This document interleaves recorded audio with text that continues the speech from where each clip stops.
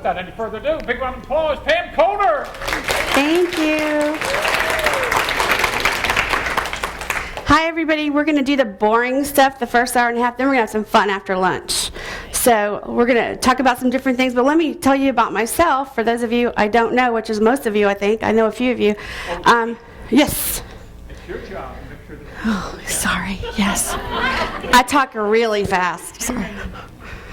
Hearing, and also for a lot of us, to make sure that when somebody from the audience says something, we repeat it. Okay. Okay. And I do talk fast, so please stop me if I'm going too fast. My name is Pam Coder. I've been a freelance reporter in Houston since '94. I've been doing the seminars with Jeff for the last year. It's been a lot of fun. I met a lot of interesting people. It's been great. So let me kind of tell you a little about myself. I'm also a mentor. I've probably mentored 50 students in the Houston area in the last 3 years. And those same students asked me to write a book, which came out a year and a half ago. So if you know any new people out there, I have a book that kind of takes them by the hand and shows them how to get their mentors, what software, all the stuff about the software, and kind of takes them through getting out their first freelance job. Since I am a freelancer, I'll be frank with you, I don't know anything about court, but I'm a freelancer, so this book is for freelance. Okay, so it's called Transitioning from Student to Professional Court Reporter, and it's available on Amazon and through me. So that's here. I also, for those of you who, I had students asking me this also, they said, we don't know what to do about our taxes. So I created a tax book that they can fill all this stuff out daily and just go hand it to their accountant, and here you go. So if anybody wants to look at this, I had my accountant look this over, and he loves this because you can just walk in and give it to him, and it's got stuff for your spouse and child care and all that kind of stuff too. So if you want to look at this, it's up here. So, and if I'm not busy enough with all of this, and I'm working all the time too, I just opened a school. It opened October 1st. So if anybody knows anybody, thank you. And it's not online, it's a ground school, and I did that because our main school in Houston was going online. Besides, of course, Alvin is there, but of course Alvin does not have a night school, and a lot of students that were at the other school were begging me to open a school so they could go to night school. So it's called RACER, the Real-Time Academy of Court Reporting. Our fun little cartoon logo is an impression ProCat steno machine on race car wheels with lightning bolts flying off the hands and letters floating out of the screen. So if anybody knows anybody, my cards are here, and we have an open house if you're in the Houston area on November 17th from 1 to 4, and we would love to have you. Bring everyone. It is in Houston. It is near the Intercontinental Airport. We're in Imperial Valley. We're right off of Imperial Valley between Hardy and Imperial in the Greens Point Business District. Okay? November 17th from 1 to 4. Please tell everyone. We're sending out mass emails starting next week to let people know what we're doing. So hopefully every firm in Texas will be getting an email. So we're pushing it hard. And also, is anybody in here on Live Agendas? Does anybody know what Live Agendas is? Are you? How are you liking it? Are you getting work? It does work well. Awesome. Does anybody in here not know what Live Agendas is? All right, let's talk about that while we're doing this. And I have some little pamphlets up here. I have a friend I met. Her name is Cynthia Ramsey, and she started this website. It's an awesome thing. If you are not busy, let's say for me, I work for about 12 different firms because I'm real-time. I have one main firm I do work for, U.S. Legal. I've been working for them forever. But I work for a lot of different people, too. And so what she has done is she's taken this website. It's so great. And you can go on, and let's say you know that next week you don't have anything booked and you want a job. You go on and there's a resume section. You go in and fill out your resume, and you tell them in that resume where you're wanting to go. Like, you'll go within 100 miles of where you live, what you want to make. You basically fill out what you're willing to do. I want to be paid mileage over this many miles. You just kind of fill out what you want. And then the firms can go on, firm owners can go on to this site too. It's free for court reporters. I don't know if I know 30 days free for firm owners, and then I think it's $30 a month. She might have changed that. She's working on it. But she's trying to get everybody she can on this site, because you can go on, the firm owners can go on and put, okay, I have a job in Houston. and I'm in San Antonio. They can go on and put their information in and say that this is where the job is, this is the basic information for the job. They can pick the reporters they want this email to go to. A text goes to your cell phone and says there's a job available, here's, please check your email. And you go check your email, and if you want that job, the criteria is on there. If you want the job, you hit yes, it goes straight to your booking calendar online. And the job's done. They send you the information, it's done. If you're a reporter and you're looking for work, that you can go on and say, I'm available. This whole week or whatever, I'm available. And if anybody's looking for somebody in your area, they can find you immediately, post, you're done. You got a job. So it's a really great thing. It's free for reporters. She's worked really hard on this, and she's trying very hard to get as many people as possible to this site. It's liveagendas.com. It is free for reporters. So if you want to check it out, please, I have postcards up here if you want to check it out. Anybody have any questions about that? And I should tell you too, I talked about this in Dallas, and they had a misconception that she was trying to steal people's clients, steal people's names. She has nothing to do with any of that. She wants to help people get more work. That is her whole goal behind this. And so by doing this across the country, I even talked about this in Illinois, by doing this, we get more and more people on there, and your scheduler doesn't have to be there till midnight trying to cover a job in some unknown little bitty area because they can't find a court reporter. They can go put it out to the people that are willing to take work and hopefully find somebody really quickly, not be there till midnight trying to get a job covered. That's her whole goal with this. Did you have a question? Yes, ma'am. Actually, she asked, do attorneys have access to this? No, they don't. They will. She's working on that next. She's trying to get court reporters first. Then she'll have the attorneys on there. She's also got interpreters and videographers on there. She's trying to get everybody she can. Is there a way for It's okay. Is there a way for you to check the firm out as far as Yes. if they pay cut off or if they pay? I don't think, she asked if you can check out the firm to see if they pay, when they pay. This is what I kind of do. I don't think she's got that capability now. The firms don't have resumes on there, just the court reporters. But if you check Facebook, you can pretty much know who's not paying. Because I know I've been going on Facebook and I'm like, whoa, because people post on there, this person's not paying, don't do a job for them, they're not paying. I've been seeing that a lot lately. I don't know if y'all have been seeing that, but I've been seeing it a lot. But what I usually do is if I'm going to take a job for a firm, I ask them to send me an email with the details of when they pay, if they have cutoffs, and they pay on a certain date, and how much I'm going to make on that job. So I have it in writing. I have them email it to me. That way I've got it. If there's an issue, I can say, you email me, this is when you're going to pay, et cetera, and I need my money. I haven't run into any problems. And as far as I know, there have been no problems.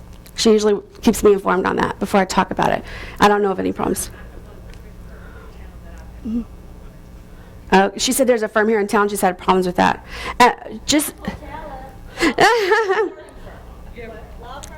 Law firm or reporting firm?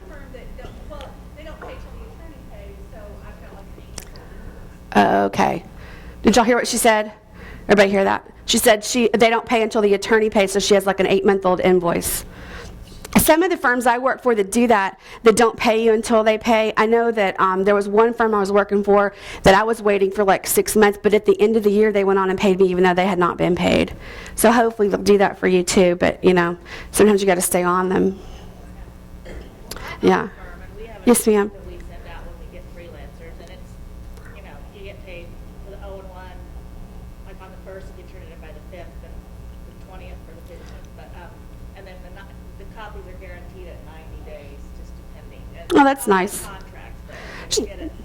Did y'all hear what she said? Make sure I repeat this right. She said that she owns a firm, and what she does is sends out like a little contract to people telling them this is when the cutoff dates are and this is when you're going to get paid, and there's a 90-day guarantee on copies.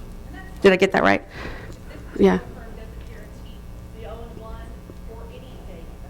Oh, interesting. You might want to get those things in writing. I always have them, I say, please send me an email with the particulars.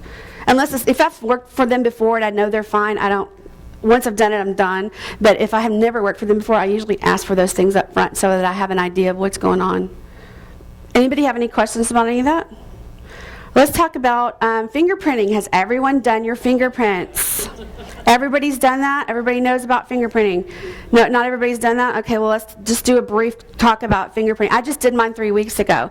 There actually, I didn't know this, but I don't know if y'all know this, so that you don't have to take off work, at least in my area, there was actually a place open on Saturday. I was really surprised. It took me 3 weeks to get an appointment, but they were actually open, and I went in on a Saturday.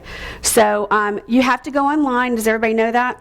You go to the crcb.state.tx.us, and you go to the renewal section, and you'll have to print out a form like this that says FastPass. It's your fingerprint pass.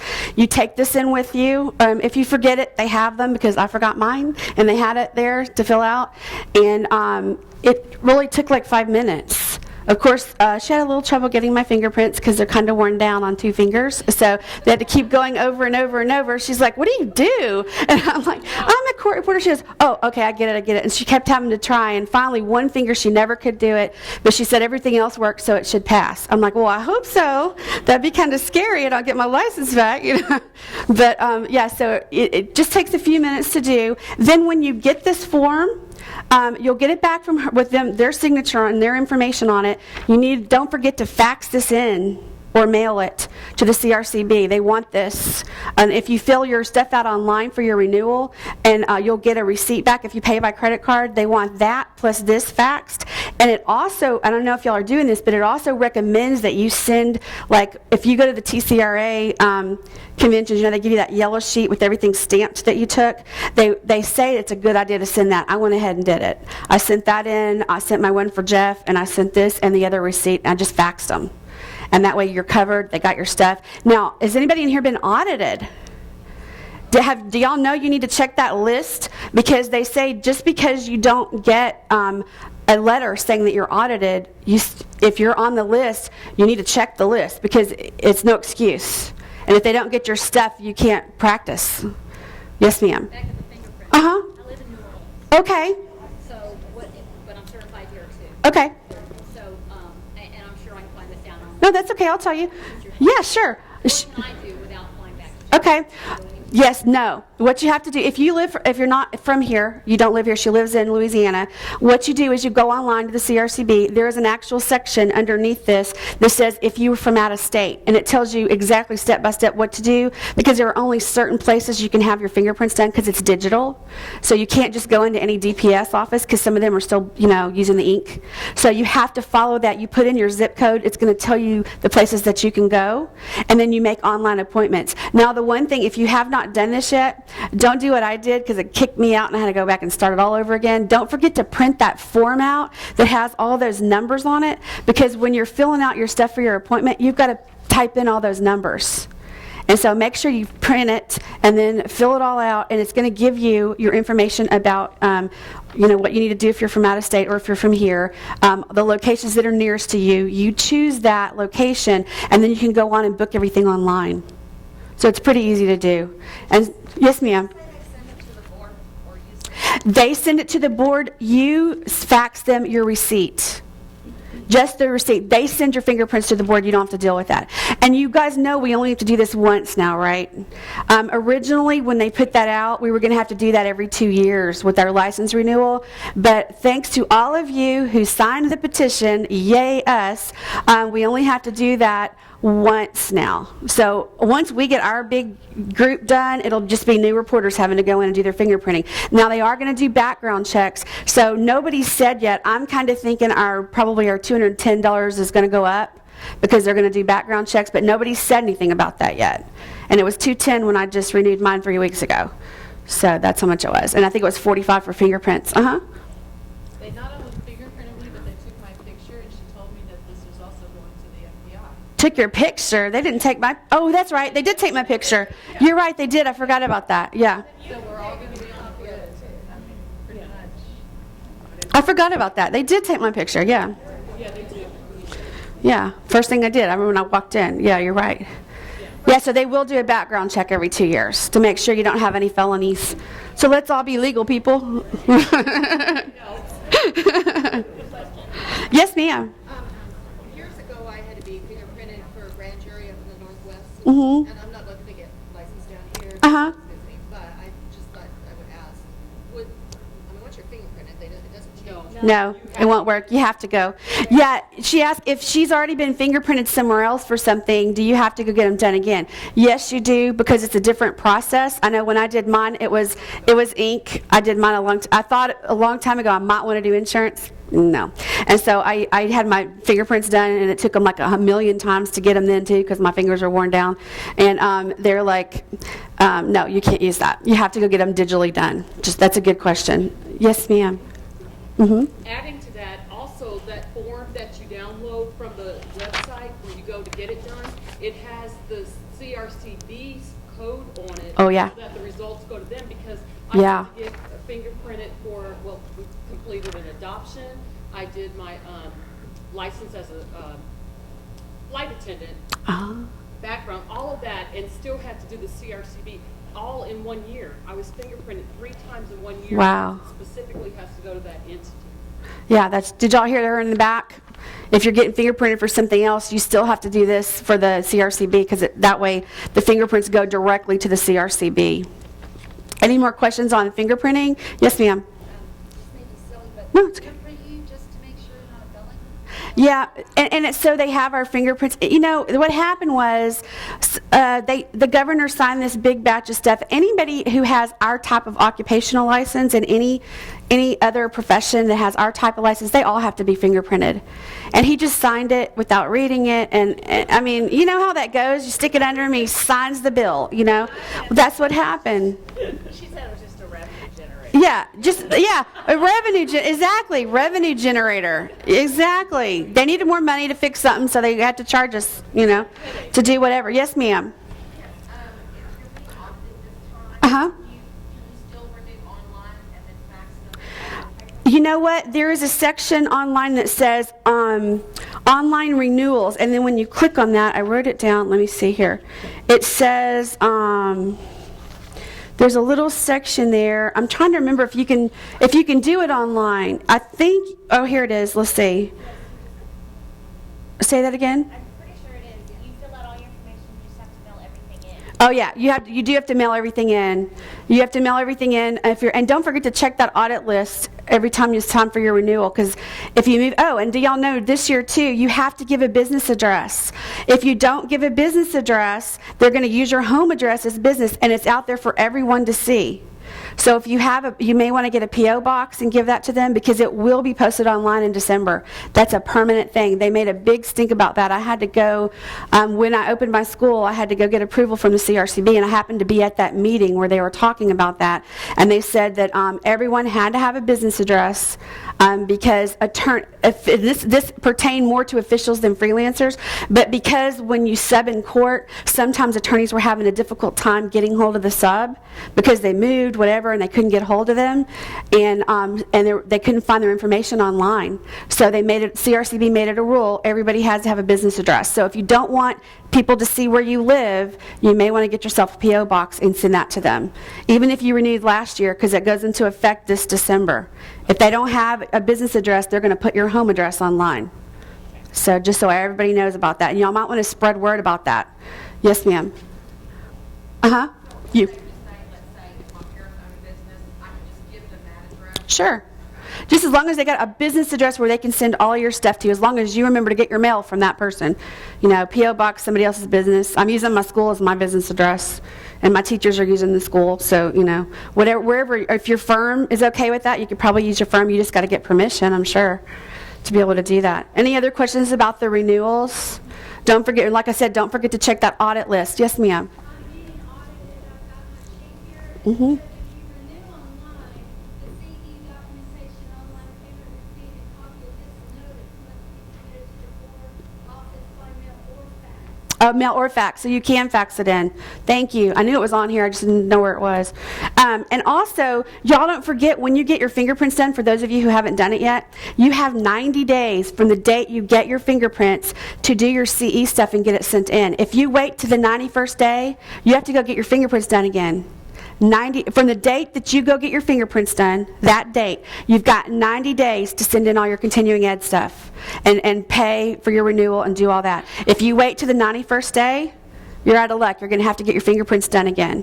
And also, if you don't renew fast enough and you don't get your license by December 31st, you cannot practice come January 1 until you have the license in your hand. Regardless if you sent it in, you cannot practice without the license in your hand. They make that big and bold on the website. Anybody else have any questions about that? Cool. Okay. Let's see here. I'm going to read off some, because this is going to be online too. I don't know if y'all know this. Jeff is trying to put everything online too so people can sit at home and do their credits for some of the seminars that we're doing. So there's some questions I have to throw out there so that the people listening can answer for the test. So I'm just going to repeat some of this stuff, so let's see if y'all have been listening. Ready? Okay. What is the name of my book? Is it Taxes for You, Reporting is Fun, or Transitioning from Student to Professional Court Reporter? C. Yay, transitioning, okay. Which seminar presenter has a tax book prepared specifically for reporters? Is it Jeff, Carrie, or Pam? Pam. Woohoo. Okay. Let's talk about this one.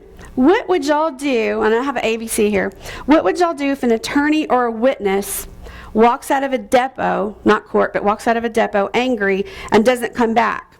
Do you stay on the record until every attorney in the room agrees to go off? Do you follow them out the door? I'd love to do that sometimes, wouldn't you? Do you start laughing and talking with the other attorney? Do you ask if everyone agrees to go off the record?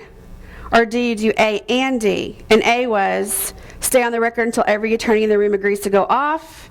And D was ask if everyone agrees to go off the record. That one? Yes. Whose record is the official record? Is it the court reporter, the videographer, or the paralegal? Court reporter. In most instances, yes. When would it not be? I just had some weird situations happen. So let's say, for example, the taking attorney has hired a videographer and not a court reporter. Okay, but the other side wants a court reporter. Okay, so in that situation, the videographer, that is the official record, and you become the other attorney's work product. Everybody know that? You become the attorney who hired you, you become their work product. You're not the official record because you weren't hired by the taking attorney. What if they co-notice it? You can, with permission. What was the question? Thank you so much. She asked, can you sell that work product to the other side? You can, with permission from the attorney who hired you. If they do not give you permission, you cannot, because that is their work product. Did y'all know that? Because the board told me that. I had that question come up at a seminar, and I called and I said, I never thought of that. And so I called and asked, sure enough. And I asked a couple of attorneys, and they said, that is our work product. And so that's how I know. Yeah. I don't know. I just called the board. Okay, I don't know. So we'll have to find that. Email me. Remind me to do that. Yes, ma'am. What if they cross-notice it? Yeah, and she said, what if they cross-notice it? If they cross-notice it, you're the official record. In my opinion, you're the official record. Did you? You're just permanent. You're official record. The official record. And I usually, you know what I do? I have them put that on the record. If that, because I had that situation happen not too long ago, and I said, okay, you didn't hire me, and he didn't want my copy. The taking attorney did not. And I said, so he is the official record, so that means he needs to swear in the witness. That's right. So I had him swear in the witness. Now, what do you do if he's not a notary? He can't swear it in. So I said, okay, what do you want to do? You want me to swear him in? And he's going to be, so I made him put all that on the record. I said, let's put it on the record so everyone's clear that he's the official record because you hired him and you don't want a copy of my transcript, but you're wanting me to swear him in because he's not a notary. So, like, most of our videographers are notaries. My firm requires that for that very situation. It doesn't happen often. Most of the time they want a court reporter there, but a few times it's been happening lately, just a couple of times, and that I just haven't put everything on the record so everything is out in the open and it's all clear. And I don't have to freak out worrying about it. Yes, ma'am. I still call it deposition of whatever. It's still the same thing, but on my job sheet, I put this that it's the work product of this attorney, and if the other side decides to order a copy, we have to get permission. I write that on my job sheet Permission from who? from the attorney that hired you. It's their work product. Yes, ma'am. What if it's cross-notice we're reporting for? If it's cross-noticed and they both, what do you mean? Now say that again. Okay, there's an original deposition notice, Video video, only. and the other side, cross-notice. That's my And that's what I'm saying. It's the work product. That's still the work product. Unless the other guy, if this is what I do, if the other guy says, oh, well, I might as well go ahead and order the transcript, and he's being a cheapskate, so he's going to get the copy, then at that point, I consider mine the official record. And I say, okay, am I the official record now because you're ordering a copy? And you have to ask the other attorney, is it okay for him to order a copy? Because it's his work product. And if he says yes, then I say, okay, am I the official or am I not? Not if there's a notice, then it's open to everybody in the litigation. Yeah, but, now say that again. So, notice, Attorney A notices video only deposition. Yeah, Attorney B cross notices the same deposition with the report. with the reporter. All the parties are notified, so at that point, I can't see how it could be work product. That was part of all the problems with that stupid law they passed. Yeah, it's a big mess. That's why I have them put it in the record because, Yeah. yeah, It's hard to figure it's hard to figure it out. So I said, okay, who's the official record? Which one? Who do you want the official record to be? And I make them fight it out and tell me and put it on the record. Because at the heart of the confusion, Mm-hmm. is it who's going to pay for the original? Is that what you're- No, because the original is going to be paid for by the person who hired you. Okay, It's when you get it in court.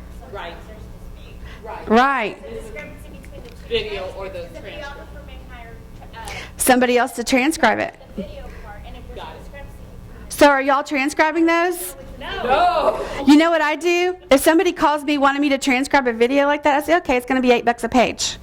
And they'll go, what do you mean $8 a page? I said, you should have hired me to begin with and you wouldn't be in this predicament. It's going to take me 3 times as long to get this out because I have to go watch this video and I have to figure out who's talking because it's only aimed at the witness and I don't know who's in the room. I don't know who's talking. So it's going to be $8 a page. If you would have hired me in the first place, you wouldn't have this predicament. And that stops it. I haven't had a whole lot of that. Very, very little of that. Good job. We do them for hearings, not Mhm. public hearings. $65 an hour and $8 a page. Whoa, did you hear what she said? Did you say $65 an hour? She's from California. They do $65 an hour plus $8 a page when they do that. That's smart. That once, and then they have your ass in there. She said pay it once and then they're not going to do it again. Kind of like what I do. You do what? She does $12 a page. Good for you. And my firm, and you got to get your firms behind you on that. Because your firms have just got to be behind you. And my firm doesn't really do a lot of tape transcription.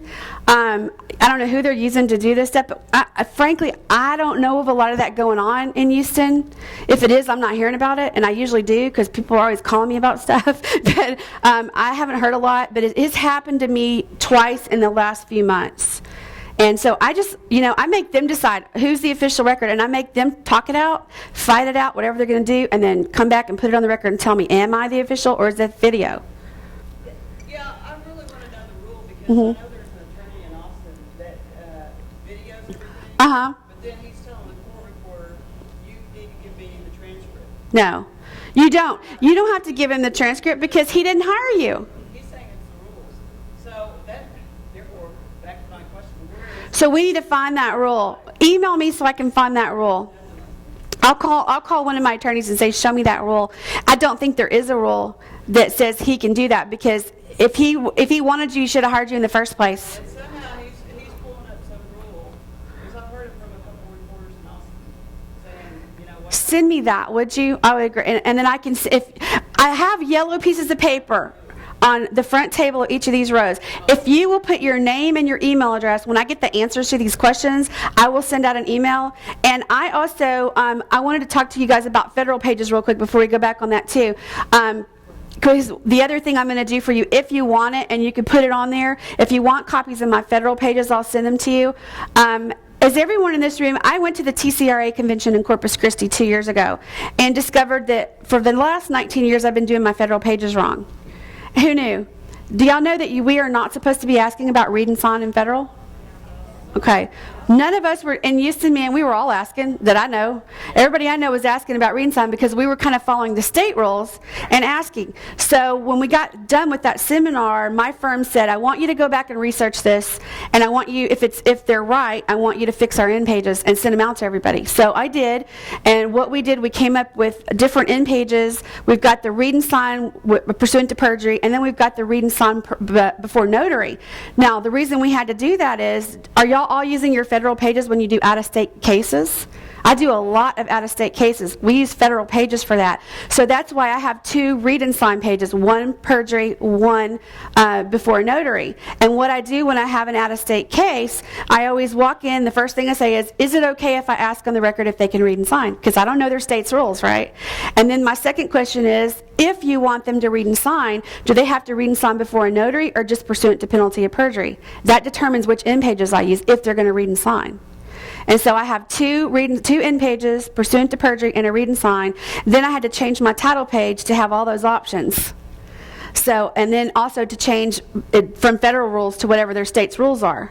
So I've got 4 pages for federal. So if y'all want copies of that, I'm happy to send it to you. So if you'll put your information on there, I usually send it 3 ways, RTF, ASCII, and PDF. So you should be able to pull it into your software, whatever you have. And I'm on ProCat, so if you're on ProCat, if you write that, I can just send you a ProCat file. Yes, ma'am. I was told that it was federal, that they don't have to sign up for it. They don't. I don't ever put it, the notary page on it. Yeah, they don't. In federal, they do not have to sign before notary. But if you're doing an out-of-state case, we use federal pages for that. And if their state requires them to sign before a notary, you got to have that statement in there. So I have 2 end pages, 1 for our federal pages, and 1, I call it federal read and sign before notary, just so that I know I'm asking those people from out of state, are they required to sign before a notary? So, how do you know they don't have to sign in front of the notary? I asked them. I asked the attorneys. No, it's federal rules. Oh, it says they don't have to sign, it says pursuant to perjury, they don't have to sign before a notary. It's in the federal rules. Is that, okay. Yeah, that is in the federal rules. I didn't Yeah. know specifically said that. It does, it does. It says that, and technically, you know, they made a big deal about this at TCRA, that we are not supposed to ask about read and sign. So it's considered waived unless somewhere in there they say. So I'm always listening throughout the depot. Did they say anywhere in there, when you read and sign this, you can do whatever. So anytime I hear that, automatically to me, that's a read and sign. But if they don't say any of that language anywhere, it's considered waived. So I have a little parenthetical at the end of my end page, on the beginning of my end pages, that says something to the effect of pursuant, I think I have it here, pursuant to Rule 30E1, let me find it, it's right here. According to Federal Rule 30E1, deponent or party must request read and sign before the deposition is completed. Since this was not done, signature is considered waived for this transcript. And we put that on all of our end pages. So, If it's not. Uh-huh. it seems like we need to educate our clients. Yes. Some lawyers are using this to their advantage. Yes. What? They don't order a copy, then the other side doesn't order a copy. Mhm. They're not going to see the transcript, period. Right. What we've done, I think they're automatically going to get it from read and sign. yeah. And I found out my clients don't know this. Oh, really? So how do you, My firm, I'll tell you what U.S. Legal did. I can tell you what they did because I know. They sent out emails to everybody and said, you know, we are going to be strictly enforcing the federal rules from this point forward, so we will not be asking about read and sign. So if you want your clients to read and sign, you need to say before the end of that depot. And if you do not, it's going to have waive pages on it. And we had a lot of flack for the first month, and they would have us change and go ahead and change what they wanted. But then after that, they said that's it. And we haven't had any more problems with it. Everybody's they're getting used to the fact that we're doing it the proper way. so you sent out an email to all your clients? Everyone. My firm did. They sent a letter that said, from this point forward, we will be strictly enforcing the federal rules, which means our reporters will not be asking about read and sign. So if you want your client to read and sign, you must say something before you leave the deposition. Otherwise, it will be considered waived. And then we also put that, like I said, this parenthetical on our end pages, and that way the parenthetical is there. They can't argue. It says, pursuant to Rule 30E1. That's on there. Yes, ma'am. I'll just add a fun little Yeah. anecdote to this. A lot of times clients will say, or attorneys will say, I'm here lawyer representing, so-and-so and the witness. Okay. Right. I had an expert witness. He was being defended by a lawyer. He got pissed off and walked out of the room in his tie-dye shirt and gym shorts with the depo in. And they waived signature on his behalf. The plaintiff's lawyer represented him, paying him $950 an hour, and the defense lawyer waived signature. I had to pay a $500 fine after fighting this doctor for 3 months because he said that that lawyer didn't represent him. And it was nowhere on the record where, he said, I'm representing Dr. So-and-so. I mean, he's putting him forth as his expert, which in my opinion, Yeah. Anyway, so now if I have an independent witness, third party, or an expert, I ask them to make sure that they agree with whatever they talk about as far as signature to on the record to cover my Yeah. back. 29 years I've been doing this, and that pissed me off like you would not believe. Yeah. Did you hear what did everybody hear what she said back there? Here. Let's have you talking to the mic. I have a big mouth. Can y'all hear her? Can y'all hear her back there? Can you hear me? So I had a situation where I was taking a deposition of an expert, and nowhere in there did the plaintiff's lawyer who was putting him forward for $750 an hour say, I represent him. I mean, it says expert. Sort of a suit. I've been doing this a long time. The witness got mad in the middle at the end of the deposition to stormed out.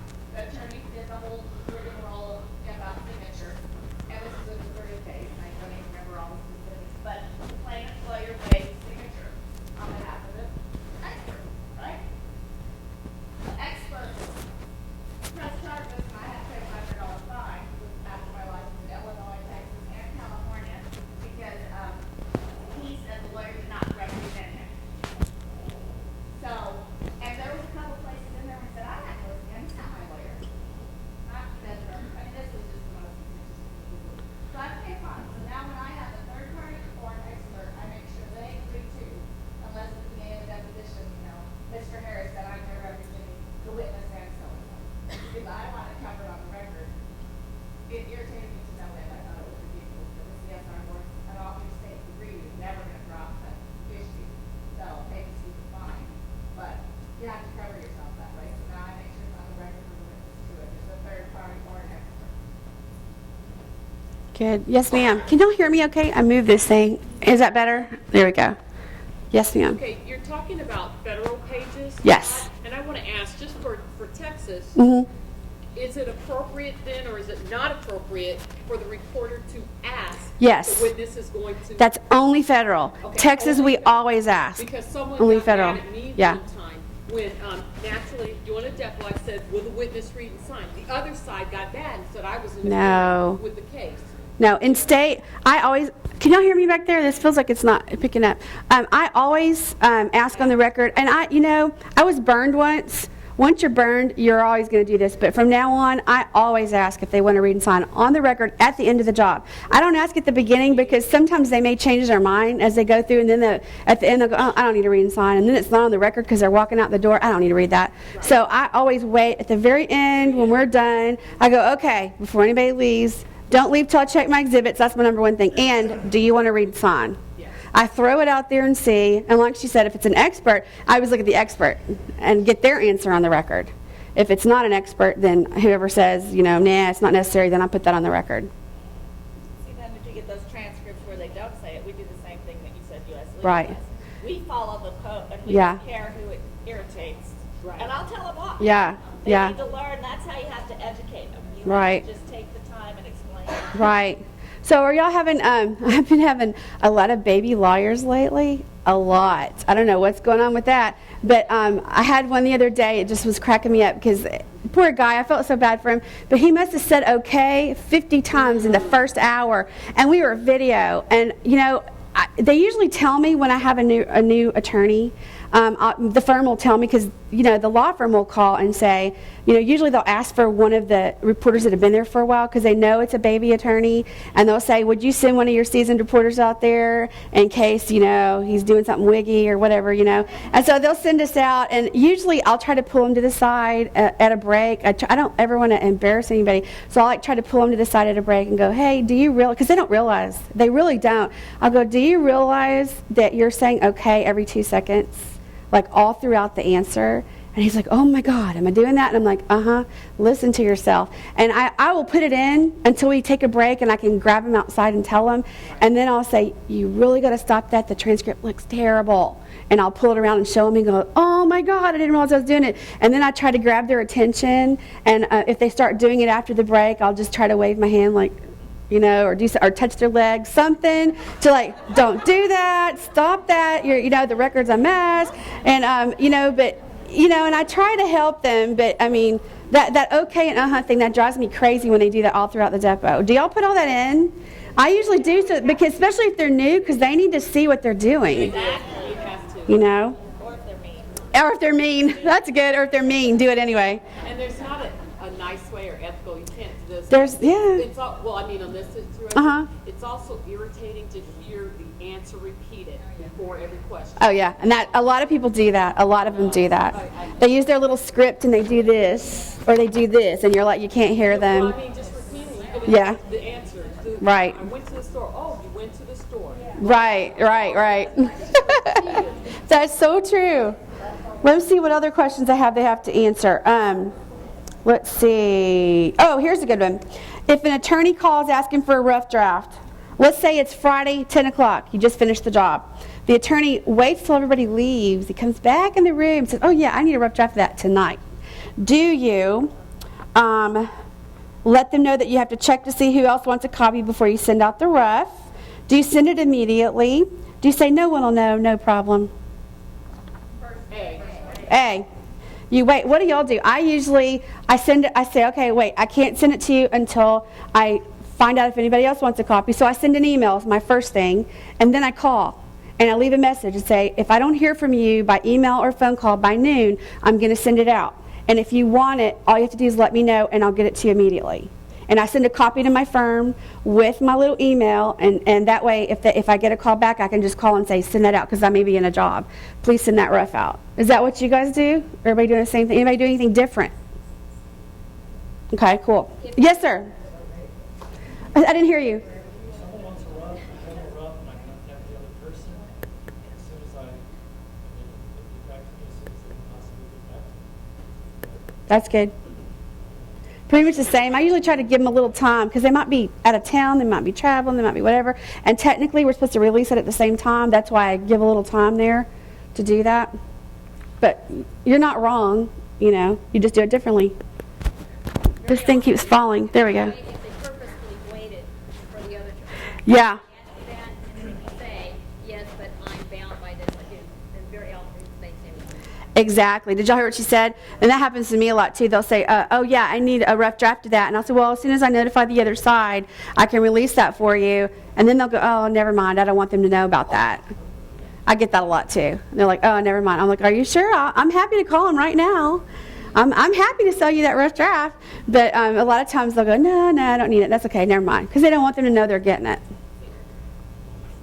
Yeah. We have roughs automatically, everything we do is real time. So Uh-huh. roughs are automatically provided to the noticing attorney of our depositions, and it's included in their page rate.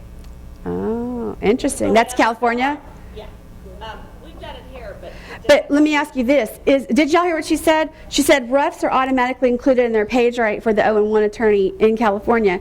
So my question is, But then we have a form the reporters carry, and it's on Okay. our website, and they can download it, print it right out. It's got just the attorney, the copy attorneys, if they want to buy a copy, or they want a rough, or they want real time, they sign it, and they agree that they'll accept it via COD or with a credit card online payment. Right. And we have a green transcript, but we have that form with the reporters, so, because it's Interesting. standard with our business, the reporter will bring it up at the end of the deposition. If you want a copy of rough, you can get a rough. interesting. There's different price structures for the copies, so they don't have to do it, but that covers your butt there too. I mean, Because, if they yeah, pay that makes fine, it sense. covers my butt. That makes sense. Well, and when I do when I do real time, I mean, if they have their own computer, they're automatically getting a rough draft. So I always ask the other side, if they're not doing real time, do you need a rough draft of this? And if they say no, then they've got it. It's done. If they say yes, then I grab my little USB thumb drive, grab it out, and say, here you go. Where do you want it to go? Do you have your computer? I'll stick it in there. If not, I'll send it to you now. Well, and on that note, we all carry extra laptops. Yeah. If the other Yeah. side is going to throw a fit about the real time or whatever. As long as they sign that Yeah. form and agree to pay for it, we'll stick it. Yeah, and do y'all know? Take the computer back. Yeah, and do you know that the notice, if it's a real-time job, technically the notice is supposed to say that it's a real-time job, because then if you get there and they don't want them to do real-time, the other side doesn't, they can argue about that. So I always take, like she said, throw down computers and say, here you go, it's right here. So do you want to pay for it or not? And if they say no, then I'll say, okay, shut the screen down, but it's available to you. Then they can't argue. It's there, it's available. You're going to get paid. And then what I'll do is I'll say, well, do you want this? And they'll say, well, I don't want to pay for it. And I'll say, well, I'll make you a deal. I'll give it to you for the first hour because I'm trying to maybe get their business. I'll give it to you the first hour. You can let me know at the end of the first hour if you want to keep it and pay the extra or if you don't. And if they say no, I slam the computer shut. It's done. I give it to them first hour. If they Can't argue. Just let it, our clients will sometimes say, just give it to them and charge them what. Yeah. Or, if it's a good client, we don't, but that Right. way just not showing any partisanship or be a totally different. Right. So what? Did I do something wrong? I do, and I do. I go, it's an hour. Phew. Let's just close that puppy right there. If they say, okay, one more time, cut. Yeah. Sometimes I really want to do that. Let's see. Oh, here's a good one. This happened to me not too long ago. Can an attorney look through a witness's stack of papers, like expert or non-expert, while they're out of the room without permission from the witness and their attorney? Now, here's my ABCs. Yes, absolutely. B, if the witness and or attorney agree, or no. What do y'all think on that? I mean, I had that situation where the attorney and the witness left, the other attorney's grabbing their stuff, and I'm like, it's not our place to say. That's right, we're not police. We're not the police, we're not the depot police. You know, it's like, so I leave, you know what I do? I walk out of the room. I remove myself from the situation so I have nothing to do with it. And I just leave the room because it's not my place to say anything, but at the same time, you don't want to be a party to it. So I just walk out. But when you say don't want to be a party to it, I'll be honest, I do a lot of work in a deposition. During breaks, lunch, I don't even do that. I'm usually editing, so I'm finished by the time I leave. I don't want to leave the room because true. I'm not going to police them. Yeah. But if you get called about it, you will have preferred to leave the room than that extra Call- 5 Then have to testify. Called about what? I don't see anything. Yeah. I get called in, yeah, but I would rather not have that extra 5 minutes. Yeah. They get Yeah. Well, and I had a situation a couple of weeks ago. I was at a college doing depots, and I asked them if they wanted me to leave the room because they were talking in the room, and they said, no. And I said, well, I see no evil, hear nothing. And I sat there, and I was working, and I wasn't paying attention. They actually called my name, and I didn't hear them. And they walked out the door, and the only reason I looked up is because I heard the door shut. And they're like, you really don't listen, do you? And I was like, no, I don't. You're gone. As far as I'm concerned, you're gone. There's a wall right there. And so sometimes you just have to, shut them off and say, I'm really not listening, if you want to stay in and get work done. But if it's something like that where they're looking through stuff like that, I just leave the room for my own benefit, just to be safe. I can wait till the end, I have a question. Yeah. No, go ahead, sure. It's in reference to this. Uh-huh. There was an attorney I took a deposition for via phone. They were Okay. all Ohio attorneys. Uh-huh. And they were all through the phone. I had the witness with me. And at the very beginning of the deposition, there was a witness and there was also a present person. Right. And they were asking me, he was asking me point blank to make sure that they don't coerce, that they don't. Oh, yeah. And I had to tell him it's not my job to do that. And Yeah. it wasn't video, they couldn't see the witness. And so he didn't like that. And then as time went on, He should have been there. he was instructing me. The witness wouldn't answer the question. Her attorney was on the phone in Ohio and didn't really say anything. And then she did say, I instructed her not to answer the question. Mhm. And he said, Mr. Court Reporter, instruct the witness to answer the question. It's not our place. I wondered, I guess what my It's not our place. Right, and that's what I did. I went off the record, Mhm. and I told him it's not my place, it's not my job, and he was like coming up against me like I was wrong. No. I don't know what Ohio rules are, but Texas rules weird. Just we take down the written word only. We Yeah. don't instruct anybody and make interpretations. No. And he got mad, and then when we went back on the record, asked me to, because I basically had to tell him it's either this way or you're going to have to do it via video, teleconference. Where you can see. Video conference, Yeah. you can see, or get another court reporter from Ohio Yeah. I can't do that. And so when we went back on the record, he asked me to stay on the record, but I had told him off the record. Yeah, like you can write and talk. Right at the same time, so I'm sorry, I don't know what to do. I do the same thing. I went off the record though. Yeah. I am Oh, yeah. off the record. So I would have done the exact same thing. I would have done the exact same thing you did. And I've had that happen too in telephonic. And I'm like, look, if you wanted to be here to see what's going on, you should have been here. Or you should have video conferenced it where we could put the video on everyone so you can see what's going on in the room. But he acted like I was being unethical, like. No. Well, there used to be a law in California for that you would have to cite the witness and instruct him to answer, or cite him to a court division, and you would have to call the court. It was a total, I refused to ever do it. We got rid of it. Yeah. And so Ohio may still have something like that. Interesting. Guys have television. They don't know what the rules are. Yeah, we don't do that. Yeah. I would have done exactly what you did. Anybody would have done anything different in here? Anybody? I would have done the same thing you did. Yeah, good job. Yes, ma'am. Well, just a little bit different is, Uh-huh. you know, when you do these telephone depositions and you have attorneys every place and Mhm. then the witness. Loud. It makes more sense that the reporter is with the witness. I'm agreeing. I'm not addressing. Talk loud. They can't hear you back there. I'm not addressing the issue that, you know, it's your job or not your job. I'm not talking about that. But where I've done depositions where I'm all by my lonesome, me, in a room. The witness is via phone in this state, the attorney is in that state, another attorney's in that state, and then they ask me, would you please swear in the witness? And I go, raise your right hand. I go, are you raising your right hand? I mean, how do you know? You know, or even if he's that person, even if he's that person, you should always be with them. But I wouldn't even know how to address what you're saying, because in Louisiana, neither would I be. So are you allowed to do that in Louisiana? Because technically here, we're supposed to be in the room with the witness. Right. Oh, they ask us all the time to do that, but I always feel uncomfortable, and I tell them I feel uncomfortable because just because so-and-so says they're by themselves, How do you know? You don't know. You're not there. Fed answers, you Yeah. don't know. Well, and I know here, there was a situation a couple of weeks ago. I had a friend call me from a depot. She said, I don't know what to do. I don't know what to do. They're asking me to swear in this witness. And the witness is in Saudi Arabia or something, or some oil thing. And the attorneys were like giving her permission. I said, well, put all that on the record. It's all you can do. They had no notary anywhere in Saudi Arabia that could do anything. And I said, all you can do is put everything they say on the record, have them state it, everyone agree to it, and put it on the record. And that's what she did. I'm like, you know, you just got to put it on the record. Anything that you're not sure of, put it on the record. Cover yourself. Anybody have anything else to talk about on that? Yes, ma'am. You said it again, and you talked about it earlier Uh-huh. about whether being a notary and swearing in the witness, Mhm. videographer. Yeah. I didn't think that you had to be a notary to swear in the witness. Yes, you do. You have to be a notary to swear in the witness. Not a court reporter. No, but a videographer. I'm sorry. Now I get what you're saying. I'm sorry. No, in the state of Texas, court reporters do not have to be notaries. We're one of 2 states. Yeah, no, sorry. Yeah, we're one of 2 states that does not have to be a notary. Yeah, yeah. Us in California. Yeah. Everyone else, every other state, they have to be notaries. New Mexico, you don't? Not in Louisiana. To swear in the witness? I'm not a notary. Really? So you can, but you're a court reporter.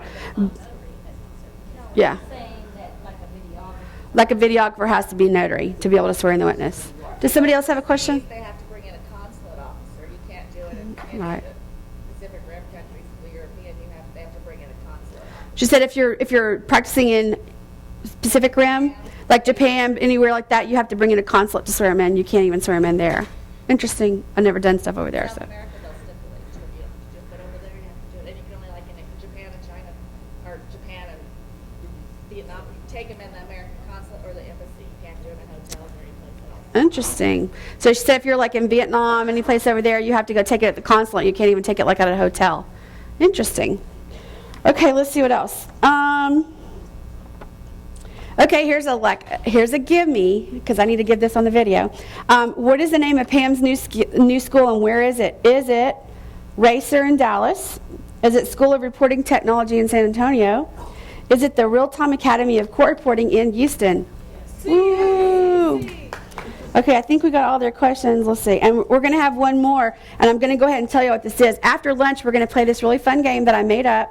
And It's going to be kind of crazy because it's like Family Feud, only I call it Reporter Feud. And we're going to break up into teams. And instead of survey says, it's in the mind of Pam. So y'all have to think like crazy Pam. Okay, so it'll be kind of crazy. And does everybody know about what NCRA is doing with TRAIN? Do y'all know what TRAIN is? TRAIN stands for Taking Real-Time Awareness and Innovation Nationwide. They're trying to get more and more people to be doing real-time because I'm going to give y'all some stuff that happened when I spoke in Illinois 2 weeks ago with Jeff. Very interesting conversations there. They do things completely different than we. And as they told me, we're lawless. Y'all are very regimented. We're lawless. We have no rules. I'm like, and I would say something and I go, well, we do this. They go, we don't have a rule for that. And I would say something else, we don't have a rule for that either. And they have no, I mean, it's like really lawless. And they charge all these weird, really low page rates, but they get an appearance fee for every job they go to. So it was, it kind of equaled out a little bit, but I think we get paid more than they do. So it was very interesting talking about all the different things going on there. And they are losing a lot of jobs to ER. And so they were asking me, what's going on there? Are any of you running into any of that? I'm not really running into any of that here. I think our TCRA has kind of put a stop to a lot of that. And by all of us kind of banding together to vote out judges who are using ER, I think we've pretty much put a stop to that here, as far as I know. Haven't heard anything different. But there are states where that is a real issue. So they were asking me, what are y'all doing? So I was kind of telling them, it just takes banding together. Your associations have to get behind, let every reporter know what's happening. Because I know if y'all are a member of TCRA, y'all get those emails that say, we need you to do this and we need you to do it now. Do it. When they ask you to do stuff like that, that is for us. That is for our benefit to make sure we don't lose our jobs. So anytime you get those things, please respond to them immediately. And I was trying to give pointers to Illinois because they were like, we need to do this, we're all losing our jobs. Half of those people in there are probably making a third of what we are here. And they're working their tails off. So it's very interesting to hear all that because I've never spoken out of Texas, so I didn't know what was going on anywhere else. There's all kinds of studies that have been done since the mid-90s on ER versus real reporters. So they should get their hands on some of that. I mentioned that too, and I told them about TRAIN. They didn't even know what TRAIN was. I'm like, are y'all not members of NCRA? But I just told them they needed to get more active in the reporting profession as a whole so they knew what was going on so they could band together and try to stop some of this stuff. I said, until y'all do something about it, if you're going to sit there and be lackadaisical about it, you're just going to keep losing your jobs. You're going to have to band together like we did and make things happen. It's not just going to magically happen all on its own. So, yeah. So if y'all talk to anybody from some of these other states, give them pointers about what we do, how our associations work, how when things happen, just like us having to do those fingerprints every 2 years. Notice how fast that got quashed? It was like, boom, now it's just once. And that was fast because I remember that coming out and within a few weeks, man, that was gone. So it just takes banding together and everybody working to make it happen. Let's see, what else are we going to talk about? We talked about federal. Let's talk about audio. Have y'all had anybody asking for your audio? This week. Did you have one this week? Everything's happening to you. Damn much. I said, is there a problem? He said, no, I want to listen to it when I run on the treadmill. Did you hear what she said? She said, is there a problem? And he said, no, I want to listen to the audio while I'm running on my treadmill. That's a new one. I haven't heard that one. I had to send his email to the senior partner just so we could both get a good laugh. So what do y'all do? Do y'all release your audio? I don't release my audio. It's my work product. Yes, ma'am. I had one of the U.S. attorneys in Austin call recently. It's a high-profile trial. Uh-huh. And he says, and they had a third-party witness in there. Matter of fact, he's the government's main witness. And he was in there for about 4 pages. It's really short, and the agent and the rest of the case.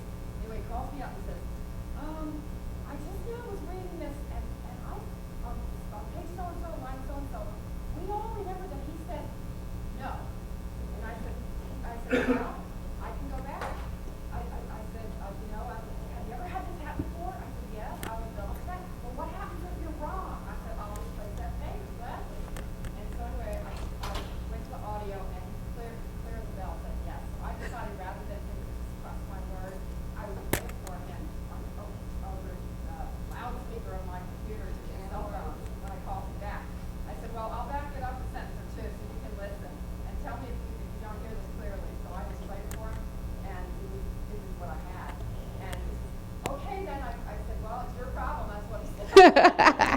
That's good. I had a case where the guy was objecting like to everything, and we're going along, and at a break he goes, did you get my objection back there? And I said, you didn't object to that question, because I was surprised he didn't object to that question. He objected to every other question.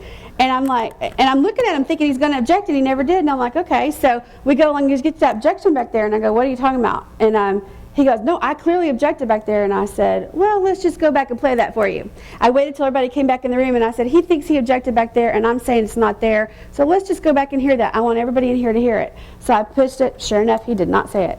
And he's like, whoa, that's pretty awesome technology there that you have. And I said, yes. I said, isn't it an awesome backup? And I said, I know you didn't say it, but sometimes that's the first and only time I've ever actually played my audio for somebody. Well, sometimes I've had people object so low, down. Oh my gosh. That it has to Yes. be up, but I have actually heard it. Yeah. But I mean, then I'll give them sometimes on break and say, look, you're going to sit 8 feet away, Yeah. mumble under your breath an objection. It may not be there.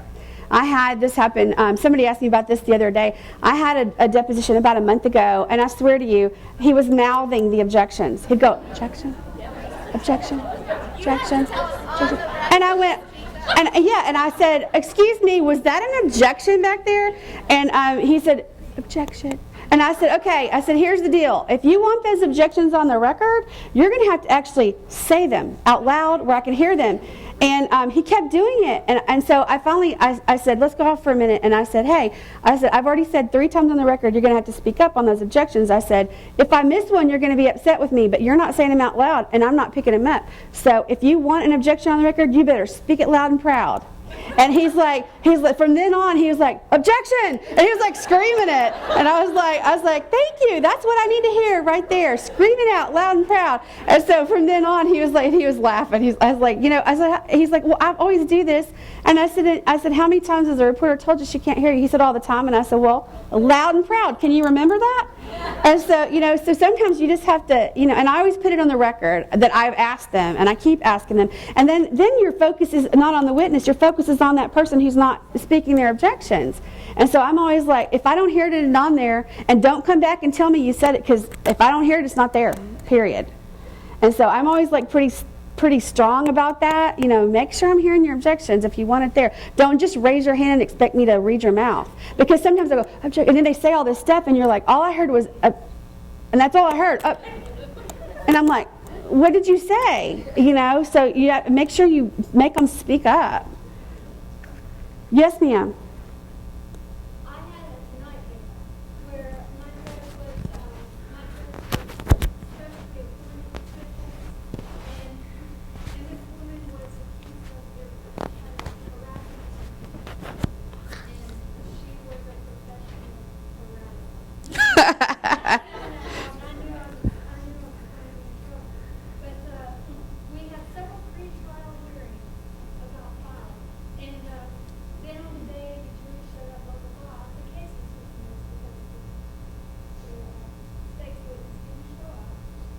Case is dismissed. The woman wants her pre-trial hearing. The whole county is against her. Okay, it all ends up like this. Of course, she says the judge told her to shut up, and so-and-so told her to shut up, but it's not in the record, and da-da-da. And the reason I bring this up is because I have several emails back and forth, and then I contacted other reporters and said, what do I do with this? Thought for sure I'd end up with a grievance board, and they still end up. This woman is, she is unreal. Crazy woman. Had a few of those. And so what finally ended up happening, she emailed me and said, I know Texas reporters, she read somewhere that Texas reporters record all their stuff. Well, I thought about it, and I use audio sync, and I have my private setup where it pauses, after so many seconds. Mhm. Still, I could not, I was not going to let this woman know that I recorded, because this Mm-mm. she got a hold of my recording, she Yeah. would say, here's, so it pauses, and so you stop, so Exactly. and it would have never, ever ended. Do- And I yeah. finally did not respond to her. Yeah. Thankfully, for several months, I haven't heard anything. You know, if they, this is, I keep my audio, but I know a lot of people just erase their audio. But if they actually say something to me during the depo that they may want that audio, I look them straight in the face and say, subpoena it. If you want it, you're going to have to subpoena it. It's the only way you're going to get it from me. I'll save it, but subpoena it. And that always ends it. I have not one time had to give over my audio. But they'll say, oh, I need that audio because I don't think you did this right or I don't think you did that right. And I'm like, I often, in my emails, I said, look, let me know line and page. I did everything I could. Where right. you think that See, you did everything you could do. wrong, Yeah. she wouldn't, oh, she didn't do it, and she didn't do it. And if she had found out that I reported that and how I reported it, if there's an okay that she hears that's not there, or something Right. like that, she It was going to be a problem. that to me a problem. And I'll never. I so hate witnesses like that. I had a witness last week. It was a hurricane thing, and I hate it when husband and wife sit in together. Hate it, because one always speaks for the other, never fails. And I don't care how many times they ask her to stop talking. It was video, and she was so loud. She was way across the room from me. She was so loud I couldn't hear her husband answering the questions. That's how loud she was. And she was whispering. She thought she was whispering. And it was so loud, and I kept looking at her, and I kept looking at the attorney, and she kept saying, ma'am, would you please stop talking? Wait your turn. You're next. Would you please wait? And finally, we took a break, and I went out, and I said, ma'am. I said, everyone else has asked you, and I didn't want to be rude on the record, but stop talking. And she's like, I said, you're grating on my nerves, and I said, you're making the record crap. I said, would you like to see this record? I said, I can't hear, everything says speaking simultaneously. I said, it's just crap. I said, do you want the judge to actually hear what your husband's saying or not? And she's like, oh, yes, I do. I said, well, then stop talking. And she stopped. She stopped. She did it like one other time after that, and I went, and she stopped. She really did. She stopped. And the attorney goes, what'd you do? I said, I asked her to stop. I told her to stop, you know? And she said, sometimes I think the court board just has to do that because they won't listen to us because they think we're fighting them, you know? And so, but it worked. I mean, hey, sometimes you got to do what you got to do, right? So let's see. So is anybody having any other issues with your audio about giving that out to anybody? I haven't had any subpoenas. I've had people say something. Did somebody raise their hand? Yes, ma'am. I just did an intercompany job for this company in Atlanta. Mm-hmm. And part of the deal is that the reporter has to, at the end of the job, has to turn in her audio to the firm, not to the firm in Atlanta, but to my firm here in Texas. And they keep it for 3 months in case there's a discrepancy. That's in the deal, that's in the paperwork. Interesting. Just their policy. Did y'all hear that? Everybody hear what she said? Y'all can hear that back there? Okay, just making sure. I better say it again for the video. For the video. What she's saying is she had to, there's a firm that they're doing some intercompany stuff for, and it's written in the contract that they have to keep the audio, so she has to send the audio to her firm, and they save it for 3 months, did you say? That's interesting. I haven't had anything like that happen. I do a lot of company stuff, but nothing like that. That's interesting. That's very interesting. I guess in case maybe they're all speaking at once, they want to make sure you got everything, you know? What if you don't use it? I mean, I've never turned mine on, ever. What, your audio? Yeah, I've never turned it on. I don't even know how to activate it. But I know it's not activated because the person's, that's the one problem I think, because then people know we're sort of relying on it, we're shooting ourselves in the foot that way. If they wanted to check, I think pretty much all of us, or all of you, I use Audio Sync. All of y'all have it just for, I have my Scopus read my stuff because there are computer glitches, and one time, and I used to not have my Scopus read my transcript with the audio, and then one time I had a horrible glitch in a patent lawsuit, and the attorney's reading this, and something, I don't know what happened, and it was right on my computer, but when it sent, it did something wiggy, and I had this, every time one word was spoken, a different word came out through the entire thing, and it was a major thing. And so the attorney called me and said, Pam, there's this weird glitch. Every time this word said, this is coming out. And it was right in my computer, but when I changed it over to an ASCII, for some reason that word changed, and we couldn't figure out what happened. And so now, just for safety's sake, I have my Scopus read everything with the audio, just for my own benefit because I freak out. I want to make sure everything's there. I don't use it. I mean, unless I need to go back and listen to something really quick, or if there's all talking at once and I need to go back and hear something. And what do y'all do if this is sort of my own trick. Having opened the school, I have these little tricks that I try to tell my students. But the one thing I do, if you've got everybody in the room, you've got 12 attorneys, everybody's talking at one time, and you've told them a million times, please, one at a time, what do you listen to? I always listen to the person who's speaking the softest, because that's a person you can't pick up on the audio. So I always listen to that person who's speaking the softest and the witness and get those things down, and then I can go back and listen to the audio, and I put a note to myself, listen here, and I go back and try to figure out what they're saying, if I've stopped them a million times and it's not doing any good. Anybody have any other things? Yes, ma'am. Well, if I'm having trouble hearing people, Mm-hmm. just like the last situation that you talked about, Uh-huh. I would put it on the record when I tell everybody that they're talking over. I do that too. But then with that Right. wife or whatever, Uh-huh. I wouldn't have done that in the corner. I would have done it in the deposition with the lawyer who's taking the deposition. Oh, you mean like when I told the lady? Yeah. So that it's on the record that if this transcript is crap before this, or even through the whole thing, this is your record. That's good. I mean, I already had all the stuff that they've already told her 5 million times to please stop talking and all that. That's why I did it after. I thought, maybe she'll listen to me. She's not listening to anybody else, but who knows? Give it a try. So thankfully it worked, because she could have just kept doing that all day long. She was about to give me a migraine. Anything? Uh-huh. Yeah, do you hire out for like stepmoms and stuff to get them to shut up? That was good. She said, do you hire out for like stepmoms to get them to shut up? No, sorry. Only witnesses that I don't like or get on my nerves. It's time for lunch. Y'all ready for lunch? And we'll come back and have some fun with the game. That's it for Pam. Thank you. Thank you. All right, so we will now continue, and we'll finish up the ethics part at 2:30. Okay? So Sounds good. let's hear it for Pam. Thank you. So I have sheets. If anybody has not signed this and would like to get your federal, do you need this? Then please see me and sign it, and I will get those out as soon as possible. And in case some of you didn't hear and you're interested, the books are $32. And the tax books are $25. If I have to mail these tax books, unfortunately, it's $40 because they're a notebook. They charge me out the wazoo to mail these things. So it's $40 if I have to mail it. If you get it now, it's $25.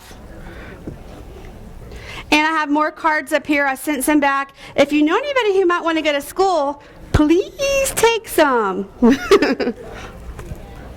And live agendas are here. If anybody wants any, feel free to come grab. Does anybody have anything you want to talk about before we play the game? Everybody listening? That's enough of the chocolate. Anybody have anything at all you want to talk about before we go play the game? Anything going on out there that we should know about, or anything at all? Or anything you just want to get off your chest? Somebody really ticking you off or something? I'm here. Let me hear. You got something? Anybody got anything? Yes. I was just curious, for your school, when I first learned, to write, they called it the Philadelphia theory. And Yeah. that Mark does his own theory, yeah. theory, so We're using STENED. Tried and true STENED appears to be working fine. Yeah, we're using STENED, and I think the difference between what I'm doing, maybe right now I don't have any theory students. I have upper speed that have transferred over from the other school, and they're all on STENED. But I want them using their computers, but I don't allow them to fix things during class. They have to do it after. But I want them seeing what they're writing and making notes to themselves so they can go in and fix it. But our deal is, in theory, they cannot use their computer. But once they hit that after theory, we want them using their computer so they can be real time and be watching what's going up on their screen. And we'll give them the STENED dictionary, and we'll feed off of that. And what's really great about what we've done, Shirley Baker did, and if any of y'all need practice, Shirley Baker has an awesome online practice. It's called LearnRealTimeOnline.com. It's, I believe, $40 a month. and she has it set up in different speeds. So like if you want to practice, if you're going to take the real-time exam, for example, the Texas real-time exam, you can go on there and tell them you want your 225s, and it'll be a combination of like 200, 225, 240, and she does real-time drills and speed building drills all in one thing. And I did that before the last real-time exam, and I almost passed 94.5, and you got to have a 95. I was so close. But I practiced that for like 2 hours the night before the test. That was the only time I had time to practice, you know, and but I thought it really helped me a lot with just, you know, getting back in that mode of taking a test, you know. But it's really great practice, and we give that to them as part of their tuition. They are required to do a minimum of 3 hours a week, and then the more they do, the better, but we require 3 hours on that, and we assign them to their speeds. But yeah, we are doing STEM Ed. Any other questions? And how many of you out there are mentoring? Oh my gosh, come on, please raise your hand. Or have mentored. Thank you. We need mentors very badly. There are students going out there that have no idea what they're doing. And I get calls from attorneys, you know. I've worked for U.S. Legal since '97, and for a long time I was on salary with them, if you can believe that. And I was the liaison between the attorneys and the court reporters. So if there was any issues between either one, I always heard it first, and then it went to whoever it needed to go to. And so people still think I'm doing that, so I get calls all the time from attorneys or stuff, and they'll bring stuff to me. Y'all won't believe the stuff that happens in depositions. I get these depots from these attorneys. They'll call me and say, Pam, can you do something about this? And I'm like, what's up? What's wrong? And they'll show me a transcript. It's got steno in it. It's a final transcript with steno, and invariably, it's a baby reporter. Invariably, it's somebody who's been reporting less than 3 years, and they're leaving steno in their transcripts because they're not proofing their own transcripts. They're sending them out to a proofreader, letting a proofreader read their transcripts, and they're not going back and looking at it. And I'm like, girls, and guys, please don't do that. I don't let anything go out without me reading it, and I've been reporting a long time. I have my Scopus do their thing, and then I go back and read it. And, you know, I know some people don't do that, and if you have that kind of relationship with, and you trust your people, that's awesome. But if you're new, you need to be reading your transcripts. So, anybody have anything else you want to talk about? Okay, we're going to play a game. This is called Reporter Feud. It's kind of like Family Feud, only instead of survey says, all of these things are Pam says, and in the mind of Crazy Pam. Think Crazy Pam, okay, when you're answering these questions. And it's going to be all kinds of questions. So I need you, how many people do we have? Anybody know? I think he said there's 90, let's say 95. So divide that by 7. Who's got a calculator? I'm not good at math. Is that 13? Y'all divide yourselves into 13 people and send one person from each group up here to get one of these, please. I've got 7 things. Like y'all just 13 people just conglomerate yourselves. And if somebody come get buzzers, people at front are going to get clickers because I can hear them better. Thank you. You get a clicker and it. Just make sure it's working. I had trouble with this one last week. There we go. Right there. Click. It's a dog clicker. I'll show you. And where are you? Are you in the back? Are you in the front? Oh, you're there. So I'm going to give you that. In the back. In the back. No, I'll have, these are little answer buzzers. Where's the other group? There should be one more group. She got a clicker. One more group back there. So y'all all have little majiggies. Answer buzzers. So here's the deal. This is what's going to happen. Some people have clickers and some people have different kinds of noisy things, okay? Little answer buzzers. So what's going to happen is I'm going to ask a question. And it's going to be like survey, Pam says, survey says. And I'm going to ask a question. Whoever clicks in first or buzzes first, that team gets to answer the question until they get 3 strikes. And then we're going to go for the steal, and I'll say who can steal it. And whoever buzzes in first, that team gets to try and steal. I need somebody in here to volunteer to be the scorekeeper. Who would like to be scorekeeper? Oh, come on. You'll do it? Awesome. She's going to be scorekeeper. Now, let's do this. Where's team 1 for me? This is team 1? Okay, team 1. Team 2? Team 2, Team 3, Team 4. Is that you guys? Team 4, Team 5. That's Team 5 back there, 6. And Team 7. Now, what are you guys back there? Somebody's missing a buzzer. Who doesn't have something? You guys have one? Because that was 8 groups and I've only got 7 buzzers. So, something's wrong. Something's wrong. So, which team doesn't have a buzzer? Do y'all have one back there? Y'all have one? So, y'all are all, and y'all got one. Okay. So, somebody over there not have one? Y'all are 7? So am I good? Do we only have 7? Did I miscount? Okay, maybe I just am dreaming. Okay, just checking, make sure we got 7 groups. Okay, let's do that one more time. Group 1, group 2, 3, 4, 4, okay, 5, 6, and 7. What are you guys over here? Let's participate. I saw that. That's what's going on. No participation. Oh, nobody wants you. Get up and move somewhere. They'll take you. They'll take you. Just get up and move somewhere. Just join. That's cool. That's why I was like, that's too big of a group to be 2. Okay. That makes sense now. Okay, so we got 7 groups. So let's go over this one more time. One person in your group is going to be responsible for clicking in or beeping in or whatever your little buzzer does, okay? And I'm going to ask a question, and at the end of that question, you beep in. Whoever beeps in first gets to try to answer the question. And remember, survey says in the mind of Pam, okay? And some of these things are crazy, just so you know. Yes, ma'am? One quick question. Yeah. When we buzz, do we get to answer as a group? Yes, the group gets to answer. So you can consult for a few seconds, or if somebody thinks they know it, you can just blurt it right on out. But you get 3 strikes. 3 strikes, the next group, somebody gets to steal. Everybody got that? It's going to be free for all. So everybody be paying attention. Ready? I'm going to give y'all an easy first question. Okay, ready? I know officials will know the answer to this. Name 3 things. There's 3, okay? Not till I finish the question. Name 3 things a judge never wants to hear from the reporter. I heard over there. Say it again. Yeah, you can say it. What is it?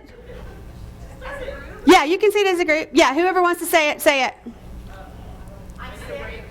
I'm sick. Let's see. And do remember I said in the mind of Crazy Pam, and that is there. Number 10, that's 10 points for group 3. Group 2, sorry, I got my groups mixed. Y'all have to correct me. 10 points for group 2. Okay, what else, y'all? That's a very good one, but no, strike 1. Remember, in the mind of Crazy Pam. Okay, next. I need a break. No, strike 2.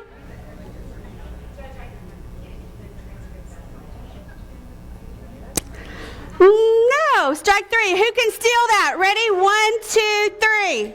I heard you. And what does the judge not want to hear from you? The judge doesn't want to hear from the reporter. Speak up. That's good too. Strike. Who else can steal? Steal. Let me hear steal. What do y'all think?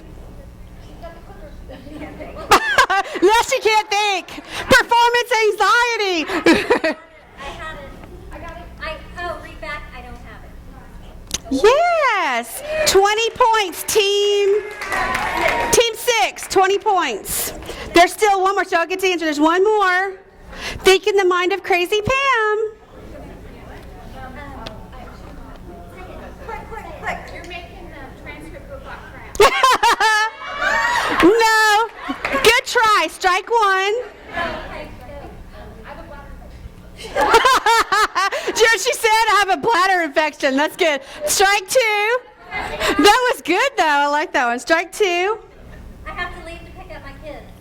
Strike 3 is good. Strike 3. Okay, who else can steal? Back there. Yes. 30 points. Team. What team are y'all? Team 5. 30 points. Okay, ready for the next question? Now, this one is 5 things. Okay, everybody listening? 5 things. Top 5 things you learn on the CRCB website. I heard you. Me? How to get your fingerprints done. No. I told you it was in the Mind of Crazy Pamela. I'm sorry. Okay, who can steal? No, we get. I thought we had. No, if you have to get it first before you get your strikes. Don't you watch Family Feud? I heard you next. Audited. You're getting audited. You're getting audited. Yes, 30 points, team. Team 6, 30 points, being audited. What else? Oh, I need a pen. Wait a minute. Oh. Say that again. What'd you say? Yes. 50 points. Top answer. 50 points. Team 6 still. Yes. What about the court reporter manual? Actually, no. That was just too darn obvious.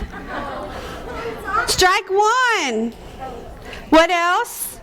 They still got 2 more strikes. Say it again. Too obvious. No. Strike 2. It's on there, but no. Yes. Yes. 10 points. List of all the reporting and the reporters in the firms. 10 points. Yeah. Yes, 40 points. There's still 1 more, and you got 1 more strike. What else?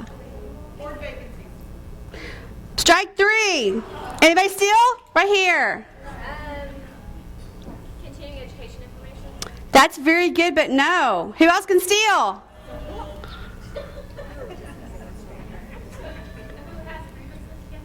Ooh, that's a good one, but no. What else back there? I can't hear you. She already said grievances. That was it? Okay. Over here, I heard a click. Somebody? Oh.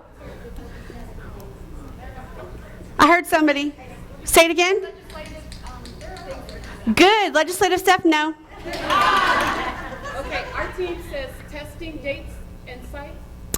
They already said that. Yes. Good one, but no. I heard you.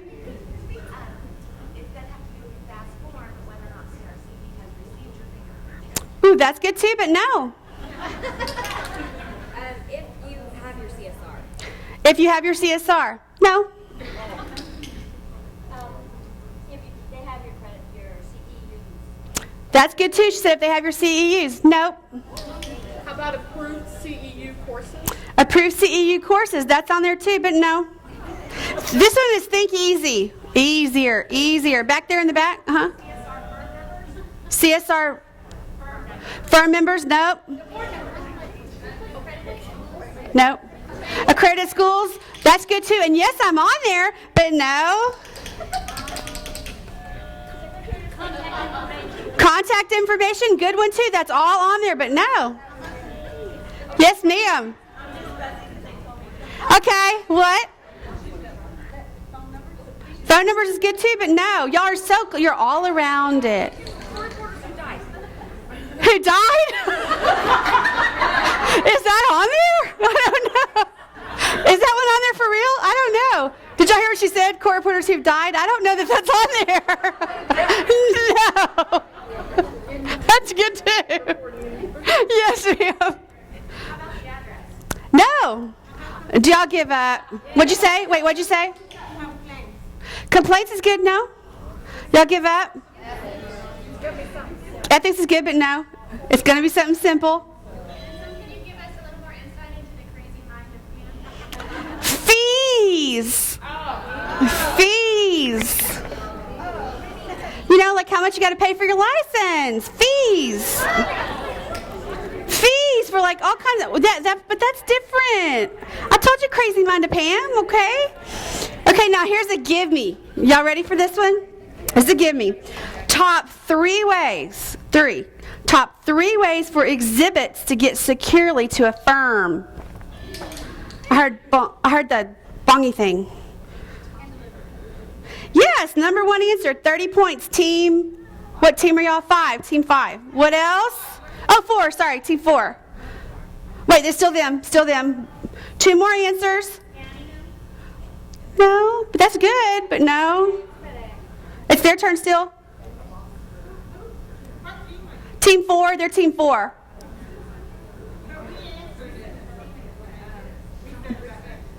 Huh? Certified mail, strike 2. They got 1 more strike. Oh my God, think easy. She already did that one. Wait, they got 1 more strike. What else? I can't hear y'all. 3 seconds. No, strike 3. Still in the back. Yeah, the question was top 3 ways for exhibits to get securely to a firm. And hand delivery was the number 1 answer. That's good too, but no, strike 1. Or strike you. Courier. No. FedEx, yes. FedEx, 20 points.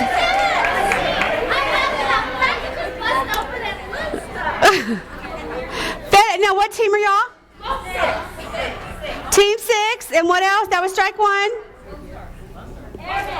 No, not Lone Star, but yeah, we can use that in Texas. Y'all don't forget about Lone Star overnight. UPS! There you go. 10 points. 10 points. Okay, now here's the next one. Ready? Y'all aren't thinking in the mind of crazy. That was an easy one. Ready? Okay. Now here's a fun one. Ready? Think in the mind of Crazy Pam. Let's remind you. Top 4 things that drive reporters nuts in depots. I heard bong. That's you. I heard you. Purple. Mumbling. Yes, 30 points. Mumbling. That's team. What team are y'all? 7. Talking at the same time. Yes, 20 points. Interrupting. No. Strike 1. Talking too fast. No. Strike 2. Attorneys whispering objections.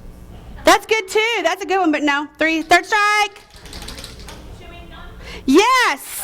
Or chewing tobacco and spitting it in a cup. Don't y'all hate that? Oh, I so hate. You know what I do when they do that? I go and give them, because they usually do a clear one, and doesn't that gross you out? I go ask the receptionist if they have some other kind of styrofoam cup or something, and I go ahead and say, would you please spit into this one? I can't look at that all day. I just can't do it. You're going to make me throw up. Ugh.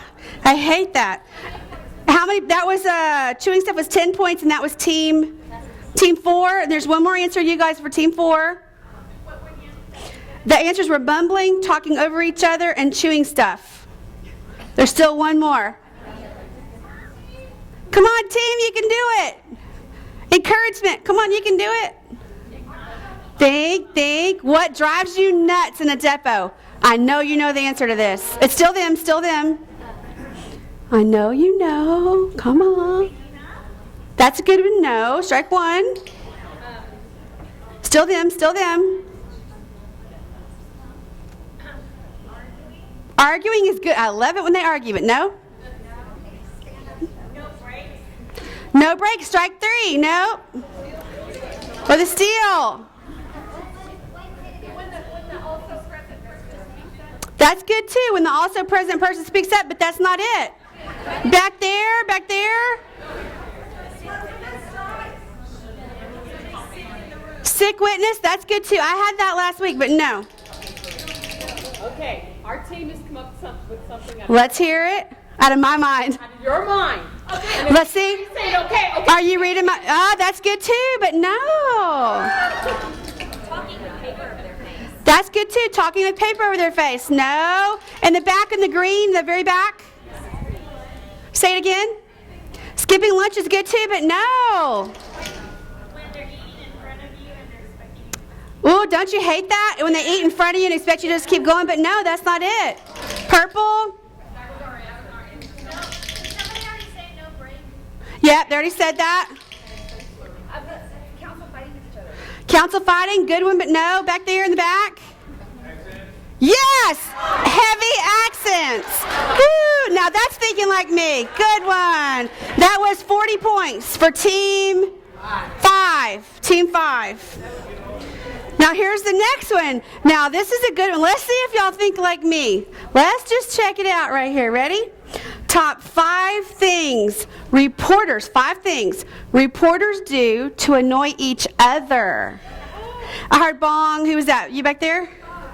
Say it again. You, Top 5 things reporters do to annoy each other. Did y'all just blank out? I can't hear you.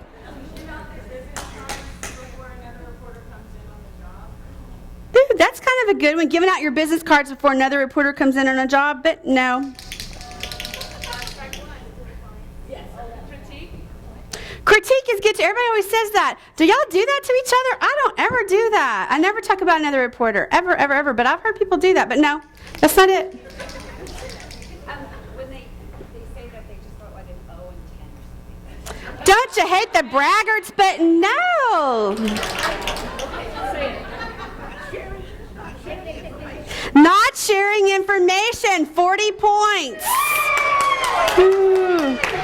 So it's y'all's turn. Keep going. Okay, you guys, let's annoy each other. Come on, come on. Y'all know. Come on.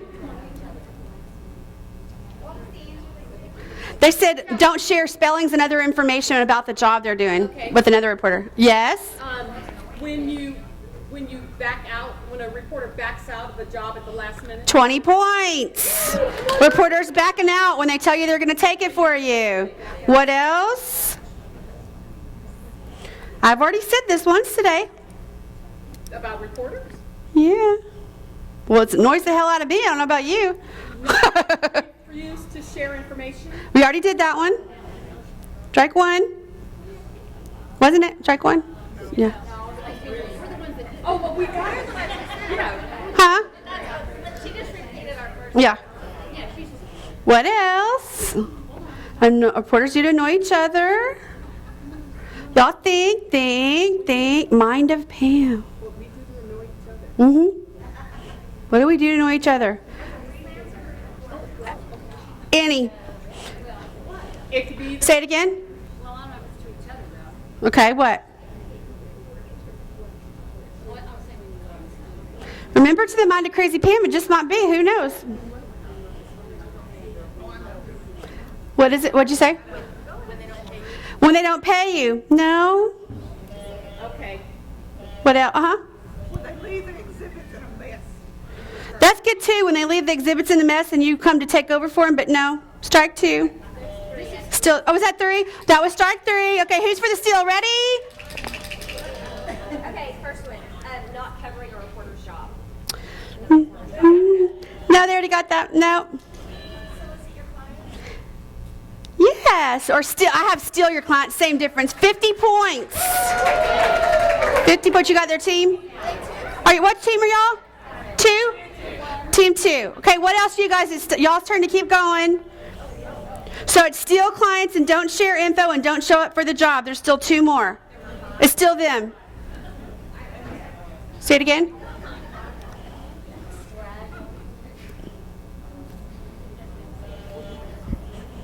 Three seconds. Doesn't offer to help if you're in a bind. That's a good one, but no, it's still their turn. Was that strike 1? Yeah, 2. That was strike 2. I'm glad she's keeping up with that.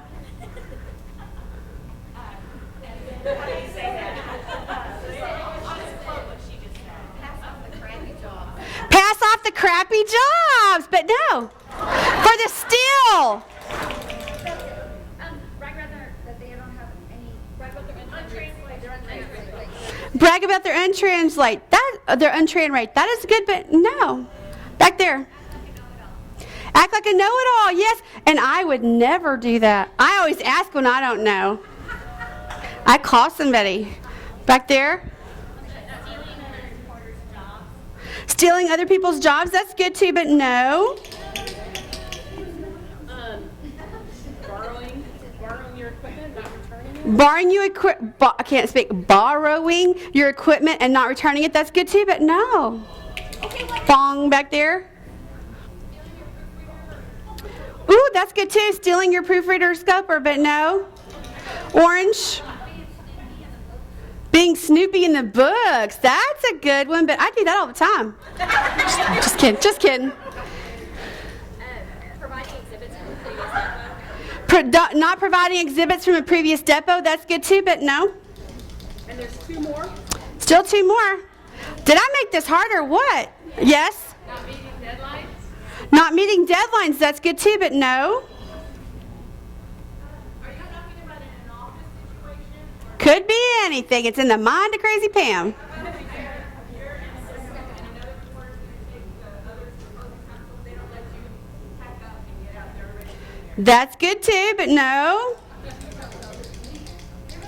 They use your desk and something to go messy. That's good too, but no. I heard somebody click over here. Say it again. Dating the clients. I had that come up the other day. That's so funny, but no. Hitting on the attorneys. Yeah, no. What about not warning the other reporter about how the attorneys are going to be? That's good too. Not warning the other reporter about how bad the attorneys are behaving in a job. That's really good, but no.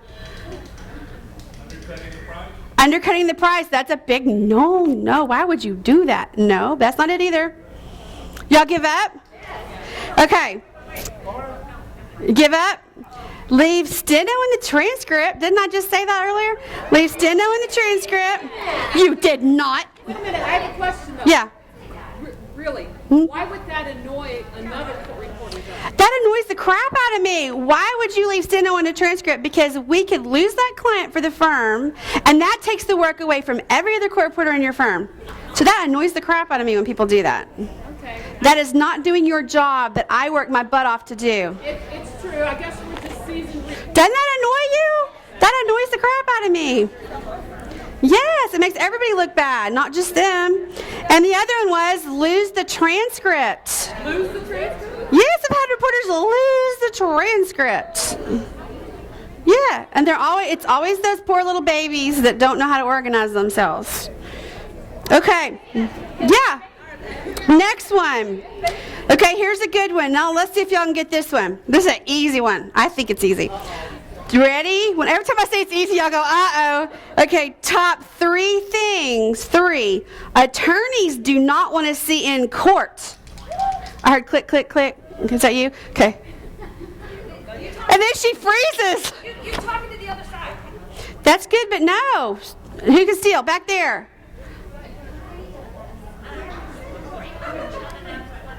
Wait a minute, I can't hear.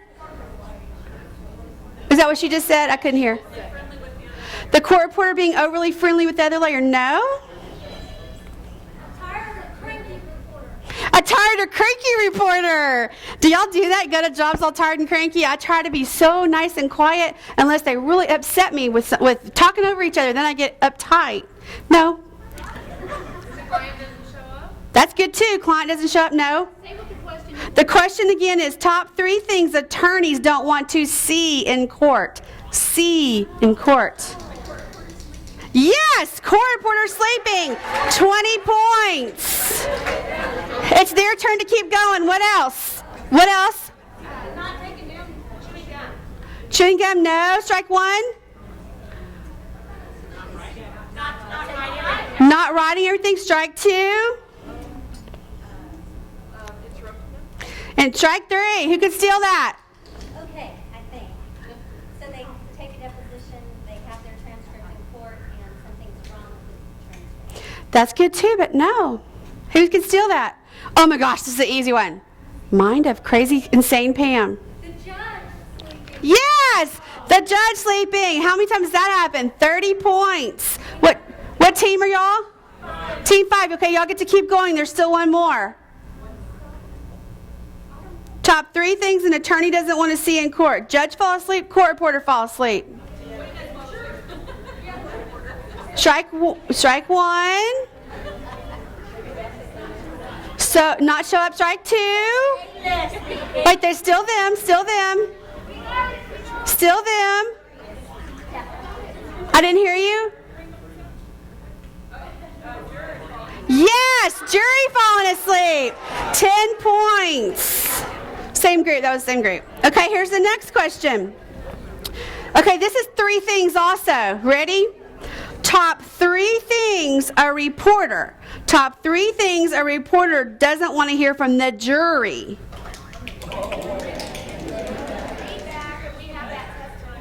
Yes, 30 points. Top answer. 30 points. What else? From the jury. Reporter doesn't want to hear from the jury. We'll work late? No. And this is in the mind, this one's really in the mind of Crazy Pam. And remember, I'm not an official. Just so you remember that fact when you're answering this question. So close, but no, strike. Was that 2? Okay, strike 2. That is really good, but no, so very close. So very close. Strike 3. The juror says can't come in tomorrow after they've been picked. That's good. Jury can't come in tomorrow after they've been picked, but no. Can't reach a verdict. Good, but no.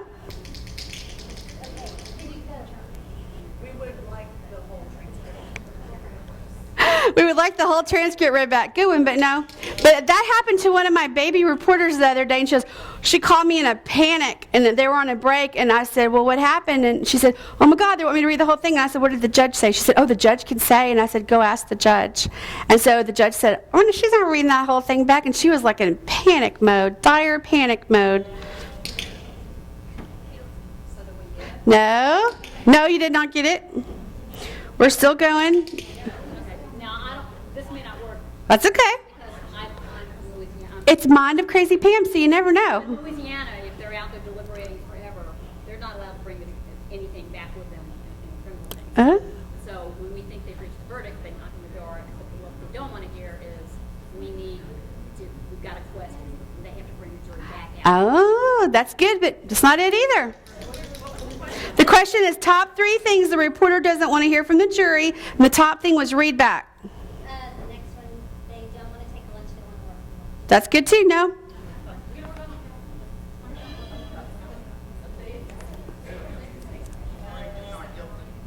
Nope.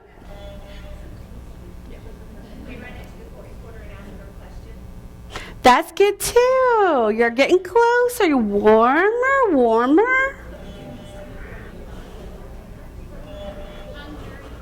That's good. This one's hard, so I'm going to give you the answer to this. Y'all ready for this one? Mr. Porter, someone knocked over your machine while you were out of the room. And the next one was, we tested out those drugs for you that were left as an exhibit while you were out of the room. I told you in the mind of Crazy Pam, did I not? And I'll tell you a funny story. I had a friend who was an official in Montgomery County, and why she posted this on Facebook, I don't know, but I thought it was hilarious. They were picking the jury, and they asked, you know how they asked the jury, you know, do you know anybody in the room, any of the attorneys, the court reporter, the judge, anything like that? And one of the people raised their hand and said, oh yeah, I know Miss Sherry. And they were like, you do? How do you know her? Oh, well, her and her boyfriend check into the hotel every dang weekend. I see him every weekend. She said she turned about 50 shades of orange. That would be very embarrassing. Okay, here's the next one. This is kind of easy. Top 4 things firms, okay, firms. Top 4 things firms do not want to hear from their reporter. Let's see. Yes, 20 points. Team 4, 20 points. She said, I can't cover that job. What else? What else?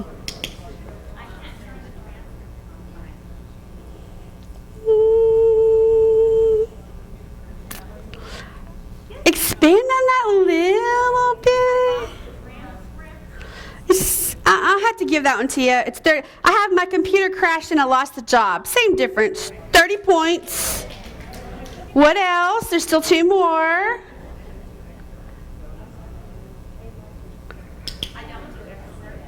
I don't do experts. That's funny. Do y'all have people actually say that? Seriously? Really? Oh, that's crazy. Do y'all do that? Say I don't do experts? Man, I'll take whatever they give me. I want money. Bring it on. That's funny. Don't do experts and don't do dishes. Okay, what? That was strike what? Strike 1. What else? I don't do court? That's me. I don't do court. But no, that's not it. That was how many strikes do they have? That's 2. You got one more strike. What else? The question, top 4 things firms don't want to hear from a reporter, and we have a can't turn in the job on time, I'm sick and can't make it to the depot. Yes, 10 points. There's still one more. She said, I don't want to travel. Can't travel. There's still one more. Mind of crazy Pam.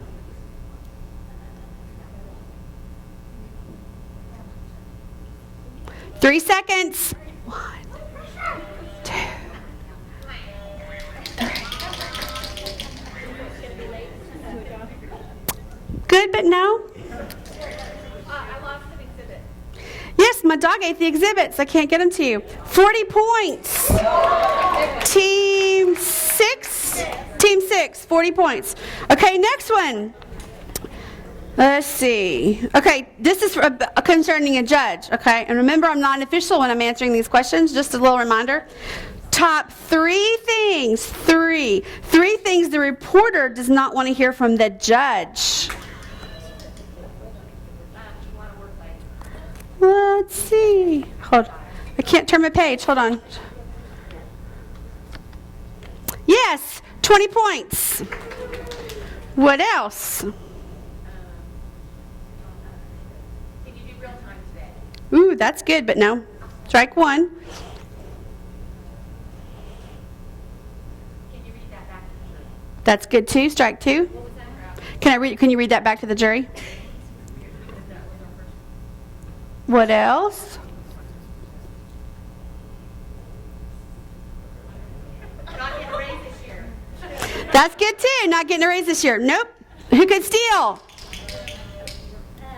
No lunch. Good too. Nope. Can you go do an errand for me? That's funny. No. We're gonna stay here until the jury returns. Good one too. We're going to stay here till the jury returns. No. I lost the election. Ooh, that's a good one. But no, I have to add that one, but no. I like that one. No. That was a good one. Change your vacation plans. Ooh, no. Wake up. That's good too. That's good too. Wake up. Back there. You've been replaced by ER. Ooh, good one, but no. That was a good one. I should add that one too. Work through lunch. No, good one. I'm not wearing anything under my robe. That's a good one. Good one. No, but I like that. Hold on, let's add that one too. That would be in my mind. That would be. Hold on, I gotta write that one down. That was too funny.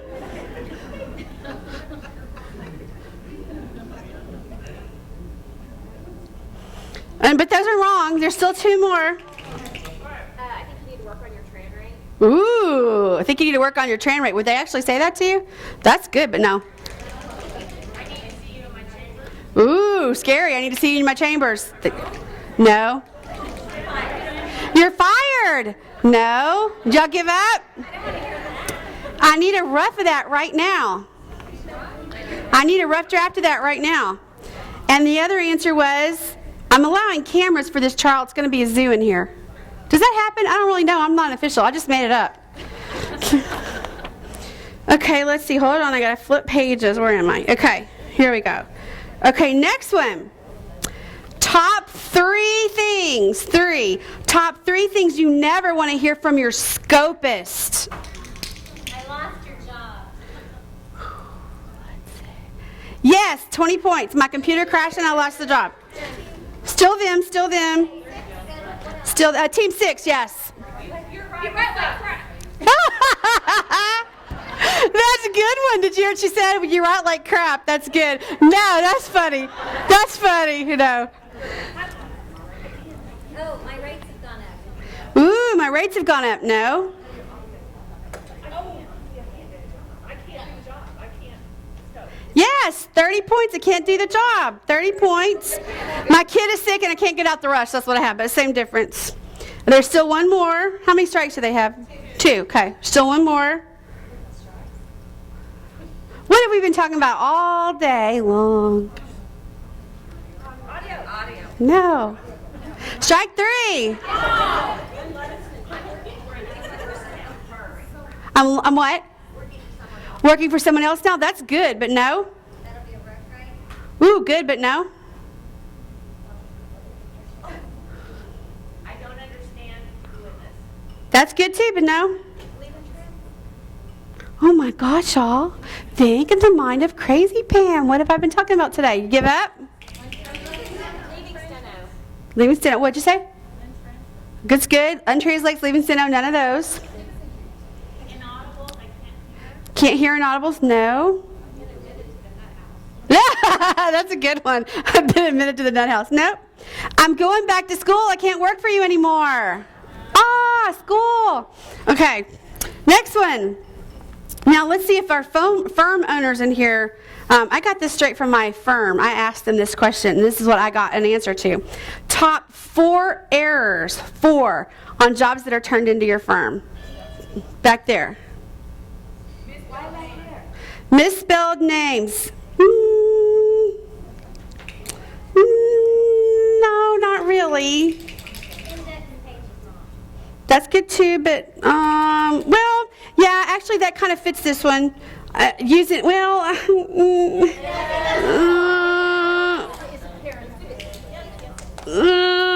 I'm going to let you have it. 20 points. It's using a P.O. box instead of a physical address.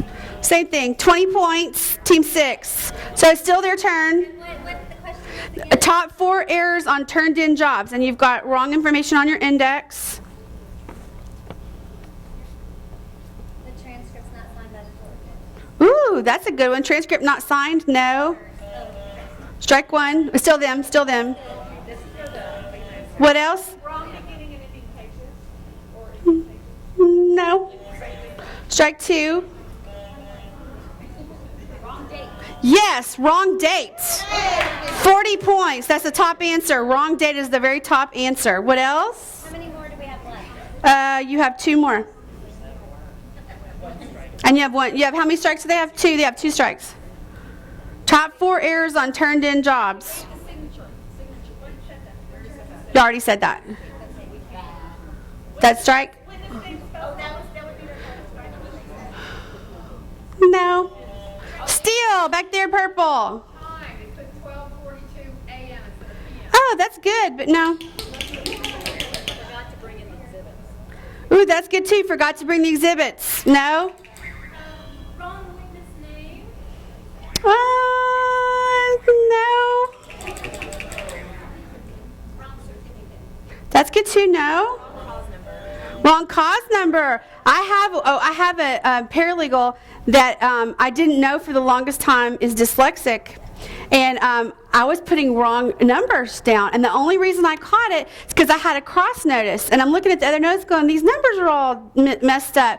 And I called her and she said, oh, I'm dyslexic. I might have just missed it. And all that time I've been working for them for years and never knew she was dyslexic and never double checked her. And so now every time I do a job for them, I'm always like paranoid. I always have to go see if I can find the cause number on something to make sure I've got it right.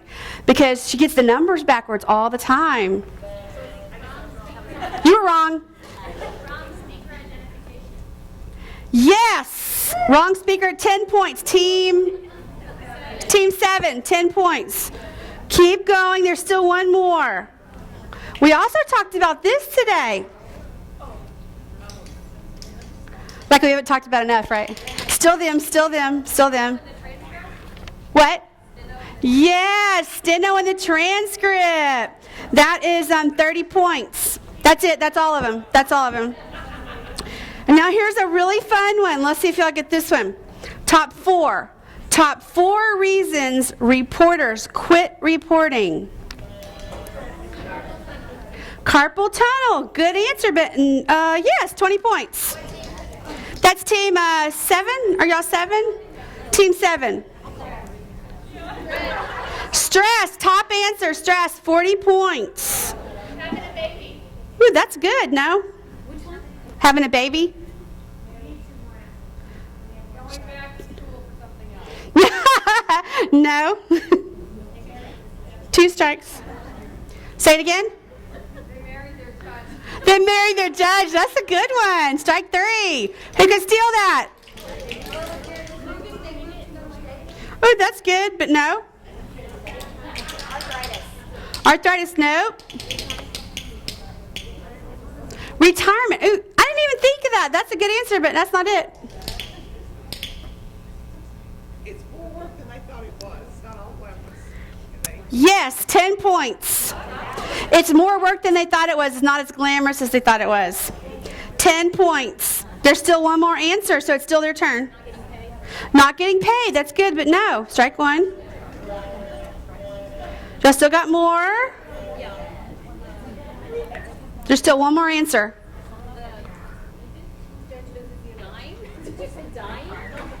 Dying? No. Strike 2. Well,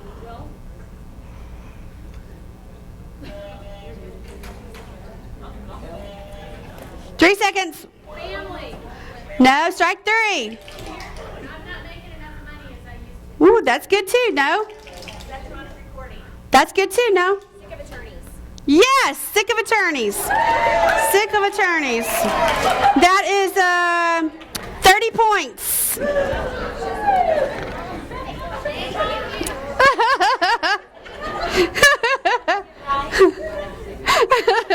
Okay, ready? Top 3. Top 3. Top 3 software vendors for court reporters.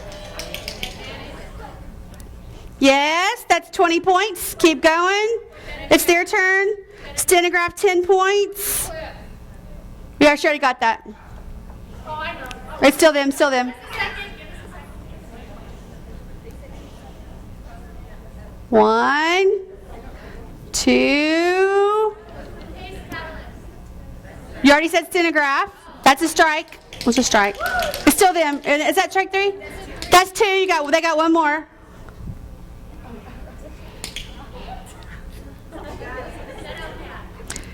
No. Strike 3. ProCat. Woohoo.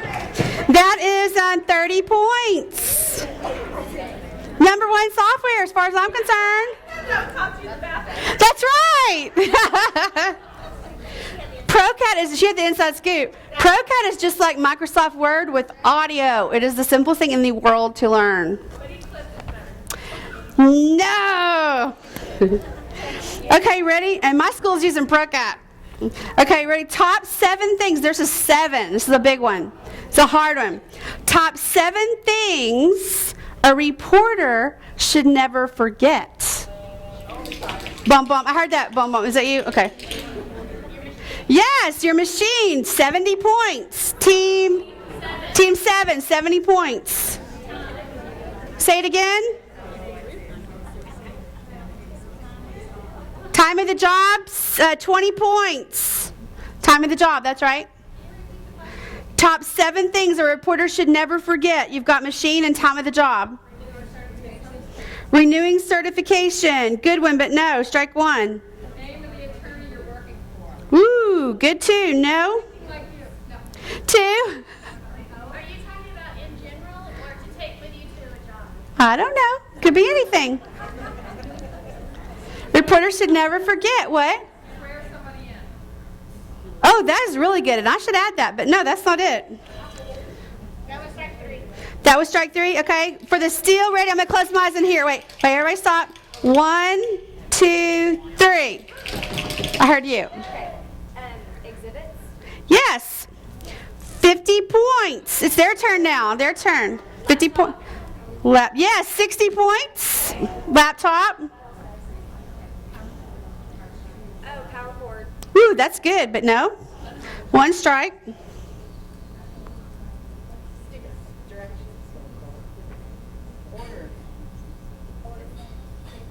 Order forms? Yes, order forms, 40 points. For the attorneys to sign. Exhibit stickers? You already did that one. Oh. Yeah, we said exhibits. Same difference. There's still 2 more. How many strikes do they have? Top 7 things a reporter should never forget. Machine, computer, exhibit stickers, order forms, and time of the job. There's still 2 more. Directions, yeah. 10 points. There's still 1 more. Business cards. She just got it. Business cards. That is 30 points. That's all that one. Y'all got them all. Good. Okay, then here's a fun one. Ready for a fun one? Top 6. Top 6 reasons to come to a Jeff Justice seminar. To get your credits and expand it. In 1 day. You got it. Get your credits in 1 day. That is 30 points. What else? Yes, 60 points. Number 1 answer, 60 points. And? Yes, network, 50 points. How many more? We've got top 6 reasons. We've got networking, all credits in 1 day, and fun. Because it's approved? Actually, yeah, that's it. That's 40 points. There's still 2 more. Ooh, they're on a roll. Free lunch. Free lunch is good, but no, that's a strike. What else? She said networking, yeah. Still them. Yes, 10 points. More knowledge to learn. It's still them. They got, how many strikes do they have? 2? They have 1. Oh, 1 strike. Okay. There's still 1 more thing. Come on, people. You know the answer to this one. Ethics, because you can get your ethics points. Yay, 20 points. Okay, let's see. Ready? Top 3. Top 3 things a reporter should ask before leaving a depot. Do you want to read sign?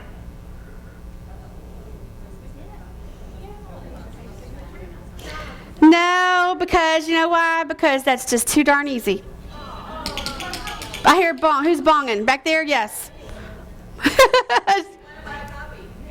Yes. Do you want to buy a copy? 10 points. No, strike 1.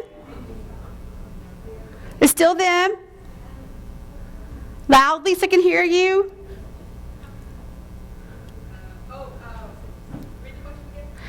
Top 3 things reporters should ask before leaving a depot. Copy order. So keep expanding on that one. Expand on a little bit. You're so close. You're like right there. No, so close, so close. Wait, I can't hear you. Yes, color or black and white. 20 points. Or PDFs or hard copies. Do y'all do that? We do PDFs, and then we don't have to print them out. We always ask, do you want PDF or hard copy? Most days now, most attorneys, they don't want paper. They want it PDF so they can go on, like we have a repository system. They can go on and print it however they want to, if they want it condensed or they want it big or whatever, and then we don't have to deal with it. But do you still charge? Yeah, we charge, if they want both, we charge them for both. But we charge, the PDF charge is the same as getting just a hard copy. But if they want both, we charge for both. Yeah.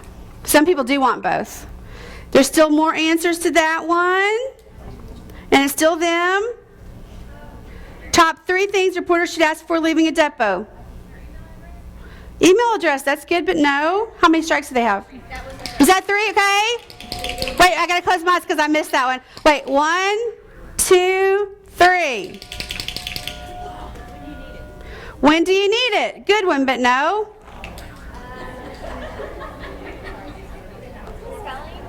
Spellings is good. That's a good one. I always ask for spellings and breaks, but no. Where do we send for signatures? That's good. Where can we send for signature? No. Think money, people. Money. Yes, you want a rough draft. Never leave a depot without asking that question. You could just make yourself more money. What would you like a rough draft? Oh, that was 30 points, team 5. 30 points, team 5. I'm all about the money, you know. You got to ask for that money. Do you want a rough draft? I always ask that question. Okay, next one. Top 4.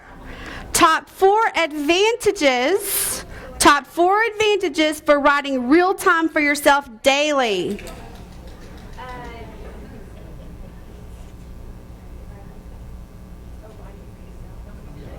For yourself. Yeah. Yeah, it saves editing time. Yes, 40 points. Saves editing time. What else? Improve your writing. Yes, 30 points. Can see what's not translating and make corrections as you go. What else? 4. 2 more. Say it again. Oh, the question, top 4 advantages for writing real time for yourself daily. It helps you get the record out a little faster. Not exactly. Strike 1. Say it again. Build speed. No. No steno pads. That's good too. No. I love her clapping back there. Builds confidence. Yes, 10 points. And it impresses the attorney at the same time when you build your confidence. And what else? Yes, easier read back. You don't have to pick up your notes and go digging through. It's faster. That was 20 points. Did I give you the other one? 10 points. Okay, go. Okay, the next one. Okay, top 3. 3 reasons you lose a client.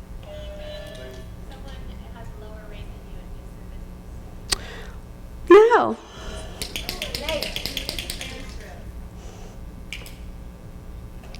No. Late transcripts. That's it. That's 30 points. What else? Still them? You're rude to the attorney. Yes, you're rude. Your staff is rude or your reporters are rude to the attorney. 10 points. I'm never rude. I always say things nice and sweet with a smile on my face, even though my teeth are gritted. What else? Can't read back. That's good, but no. Strike. What else? Still them. Still them. Late reporters. Yes, 20 points.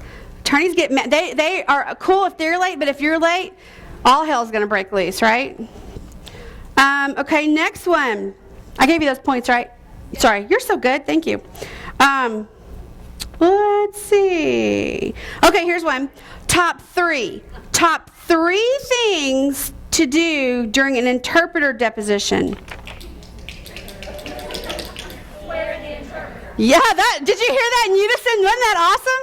That was good, yes. Swear in the interpreter, that's 30 points. What else? Let them watch your real time.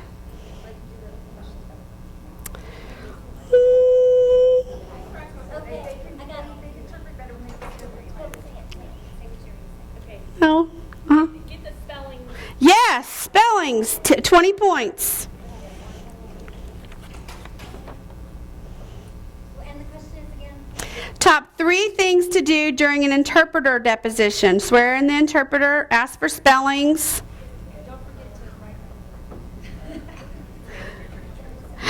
Good one. No. How many strikes are they on? That's 2. That's 2 strikes.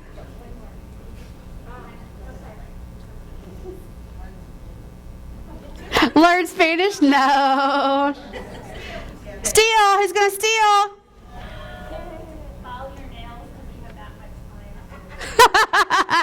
Follow your nails because you have plenty of time to get them done? No. She's thinking like me, though. She is thinking like me. Work on the transcript while the edit. That's good, working on the transcript, but no.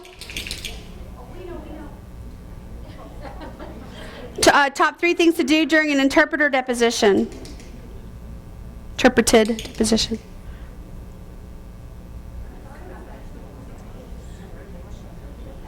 I guess we didn't have anything, sorry. Okay. Get the name of the interpreter. Name of the interpreter, good, but no. Tell them not to speak in the third person. Tell them not to speak in third person. I hate it when they do that, but no, that's not it. Swear the witness. Yes, swear the witness. Woohoo! 10 points. Okay. What? Let's see. Okay, top 3. Top 3 ways to lose your license. Ooh, I heard this click.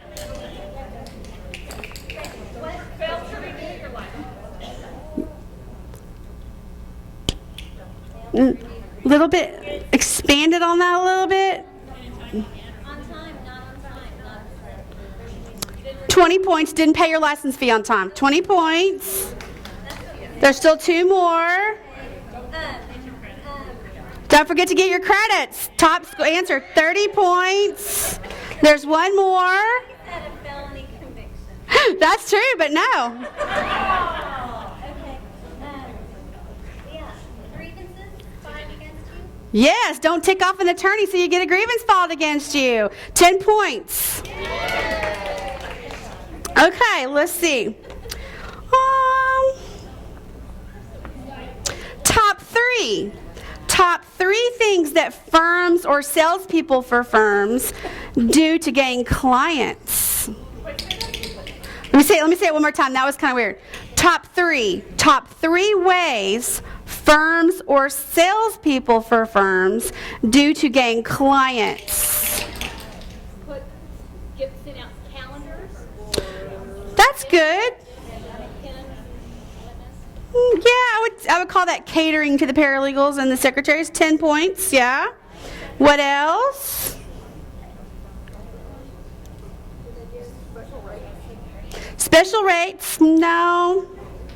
Sometimes I think it's not all about the rates or the other stuff that they do. Sometimes I think it's about the reporters you have. What did you say back there? No. Oh, what she said? Okay. Say it again. Like gives what? I didn't hear what you said. I just said perks, give them, like, sometimes we do a breakfast. Food. Take food. 30 points. And there's still one more thing. Now, the Christmas presents, is that already that first thing you said? Say it again. I didn't hear what you said. Christmas gifts, does that fall under? Yeah, that falls under that, yeah. Okay, then, well, something that will take like a free, well, no, like free, they don't so much do ask anymore, but a free CD or something. A free CD or something? No. It's still them. How many strikes do they have? 2? You got 2?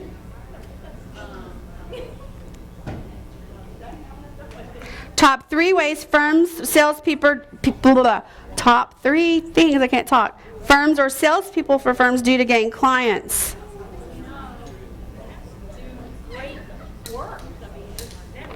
Do a great job. Be consistent. Same difference. That's it. 20 points. Now here's another one. For those of you who are real-timing, let's just test your knowledge here a little bit. Top 4 real-time feed softwares. Real-time feed. Well, yeah, but what's it called? Yes, you got it. Bridge. That's 30 points. What else? Still them. CaseView, that's 40. Still them. What? Live Link. Is that what it's called now?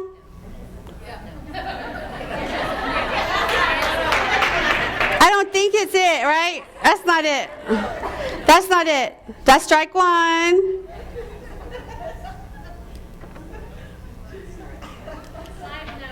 Yes, Live Note, that is 20 points. There's one more. And some of you will know this one. Wait, not you yet. Still them. How many more strikes do they have? They have 1. Okay. Let's test us knowledge. 3 seconds. 1, 2, 3, Cindy. Denoto, woo! That's a ProCat product. Okay, that's 10 points. Okay, what was your team name? Number 7. That's 7, sorry. Okay, here's my favorite question in the world. Ready? Top 4 reasons a transcript sucks.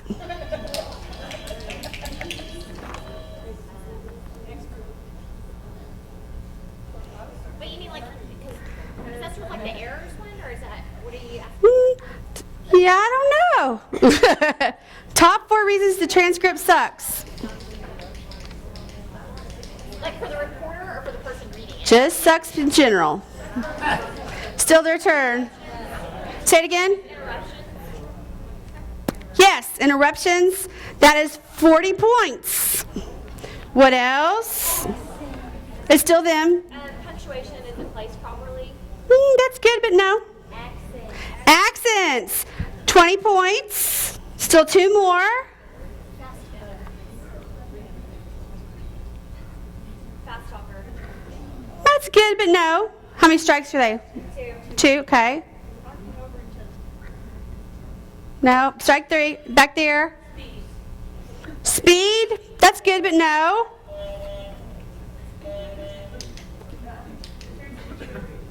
Nope, got that already. False starts is good, but no.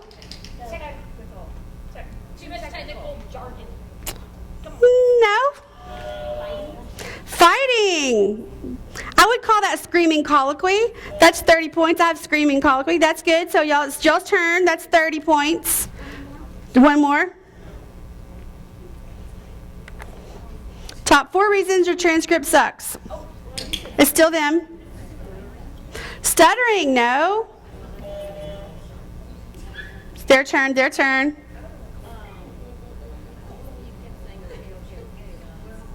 No. Strike 2. She said saying okay, okay, okay, which is a good answer, but no. It's still their turn. How many strikes are they? One more strike, y'all. Well, yeah, you're just right. Just having a bad writing day? Good answer, but no. We all have those. I thought you raised your hand. Right there in the black and white. You didn't raise your hand? Okay. Right here? Oh, did they already say false start? Yes. That's not it. Temperature in the room is not, what's the word, is not good at helping you produce your transcript, but no, that's not it. CNA. It's a CNA, no? It's just an 0 and 1. That's a good answer. But no, I like that answer. Let me add that. It's just an 0 and 1. But that's not it. What else? Either inaudibles or mumbling. Inaudibles or mumbling. That's good too, no? Keep certifying the questions. Don't you hate that? No. I had 40 of those in a 60-page depo the other day. 40 of them. But no, that's not it. No. Too many objections. Good. No. Oh, the next part's going to be confidential. No. Nobody buys a copy. Good. No. Tourette's. No. That's good. No. Too many exhibits. Too many exhibits. No. It's boring. Now, that's a really good answer, but no. Good one, no. I do not transcribe. Don't you hate that too? Do y'all get that? What do y'all do on those? That's not the answer, but what do you do on that? We usually charge half, and then we charge them the balance if they ever get it transcribed. Is that what y'all do? That's not it. So y'all give up? A bad interpreter. So they're speaking in third person, so it's just a big old mess. Let's see. What time is it, y'all? Am I still good? Am I good? Okay. Let's see. Okay, I've got one more. Let me tell you a story. We'll end it with a story. 2 stories. I have this one client. He's my favorite client because anything crazy that's going to happen is always going to happen with this client. And he takes some crazies on his clients. And I'll never forget, we were in a divorce case. We're in a little bitty room. We had a videographer, me. The witness had 2 attorneys.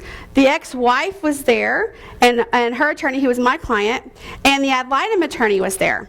And we're in this little bitty cramped room. I'm literally, my machine is touching his leg. That's how close we were, okay? And so he walks in, he's a big 6-foot guy, and he has red hair, and he is beet red from head to toe. And I thought, this is going to be a fun day, because my client is a very in-your-face kind of attorney, and I thought, this is not going to be fun. And I'm sitting like on top of the guy, and I'm thinking, oh, great. So we get going. And he starts asking questions, and every time he goes to answer a question, instead of looking at the video or looking at me, he leans over to his attorney and whispers the answer. And all I hear is, pss, pss, pss. I can't hear a thing. So all of my answers say inaudible, inaudible, inaudible. And this goes on, and his attorney keeps saying, you need to speak up for her so she can hear you. My client's saying, you need to speak up so she can hear you. I'm saying, you need to speak up. Ad litem attorney's saying, you need to speak up. And he's not speaking up. And it goes on, and my attorney's looking at me like, do something. And I'm like, he's been my client for a long time. And I'm thinking, what do you want me? I mean, I know we got this eye thing going. Like, what do you want me to do? You know? And he's like tapping me on the leg, do something. And I'm like thinking, what would he want me to do? Well, I'm trying to write inaudible, inaudible, inaudible. And so I thought, okay, I'm just going to have to go off the record. I don't know what else to do. So I said, can we just go off the record for a minute? And I've never in my life asked to go off the record, unless I had to go to the bathroom like really bad. I'd never asked. And so the videographer looked at me. He'd worked with me before, and his eyes got like saucers. He's like, are you sure? And I'm like, yeah, off the record. Just please go off the record. And I looked at the guy, and I said, sir, I said, you know what? I should warn you that before I went off the record, he called me a bitch on the record. Because I kept saying, sir, I can't hear you. Sir, I can't hear you. So he said, you bitch. I think he thought because I was there with, that my client was his wife's attorney, that I had, I was like all up for her. And so he called me a bitch on the record. And that's when I went, let's go off the record. So we go, and I looked at him and I said, sir, and I flipped my computer screen around and I said, this is what the judge is going to see. Everything says inaudible. And if that's what you want, I'm cool with that. I said, you think you're speaking into the videographer's mic. If you think I'm going to go back and get that videotape and redo this whole transcript, you got another thing coming. I said, if you want the judge to hear what you have to say, you're going to have to speak up so he can hear it, so I can write it down.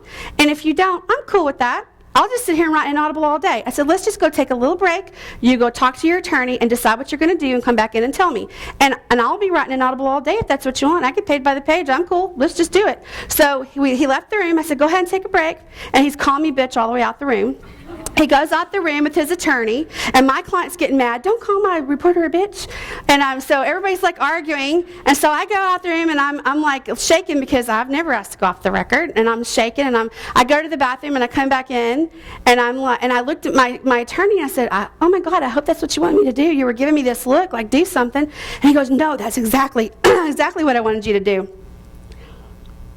So we go back in. I walked past the guy, and I said, sir, I'm really not trying to be a bitch. I have a job to do, and I can't do my job if you're not speaking up. So all I ask is that you speak up so I can get it on the record. That's it. So we go back in. We get back on the record, and so I said, sir, now would you do me a favor before we go back on? I just want to know what you've decided. Are you going to speak up so I can hear it, or am I just going to put inaudible all day long? So just so I can be prepared and I can just go ahead and write inaudible and not worry about it. And so he goes, no, I'm going to speak up. I'm going to speak up. I'm like, okay, that's cool. So we get back and we're going. I said, let's go back on. So we go back on, and he's doing pretty good at first, and then he starts doing it again. And I went, sir, remember our agreement? And so he started speaking up again, and then this guy was wiggy. So we take a break. And finally, he started doing it again, so we take a break. And he goes into the bathroom. Well, he didn't realize, this is really disgusting. I don't know if this happens here, but in Houston, a lot of our buildings, you don't have your own separate bathroom for every law firm. The whole floor shares that bathroom, right? So he goes into the bathroom. The ad litem attorney, who is a male, happened to follow in behind him, and the guy didn't see him. And his two attorneys were standing outside while he went to the restroom, and we were all in the room still. And so the ad litem attorney walks in behind him, and the guy's peeing all over the wall. So, yeah, can you believe that? So the ad litem attorney slowly backs out, so the guy didn't know he saw him. He backs out, he comes back in the room, and he's laughing, and he tells us what the guy did. And so we're all laughing, and then we get quiet. They come back in, him and his attorneys come back in, and my attorney is so devious, he decides, he says, look, we're going to go back on the record. And I was just waiting. I knew something was about to explode. I was like, oh my God. So we go back on the record, and he goes, well, we're just going to have to go right back off again because I got to call the janitor to clean up your mess. And the guy went, he didn't know, anybody knew. And his attorneys are looking like, what are you talking about? And he goes, you just peed all over the wall. The guy turned white as a sheet. I mean, he went from being like the shade of her shirt to white in 2 seconds flat. And he just and he kind of just stuttered. He couldn't say anything. We went off the record. He went out of the room with his attorneys. We came back in, and he's still calling me a bitch. He's been calling me a bitch all day long, all day long. And I was getting kind of tired of it. And I went out and I talked to him again. I said, sir, look, I just have a job to do. Please just stop calling me. I don't really appreciate you doing that on the record. If you don't mind, just stop that.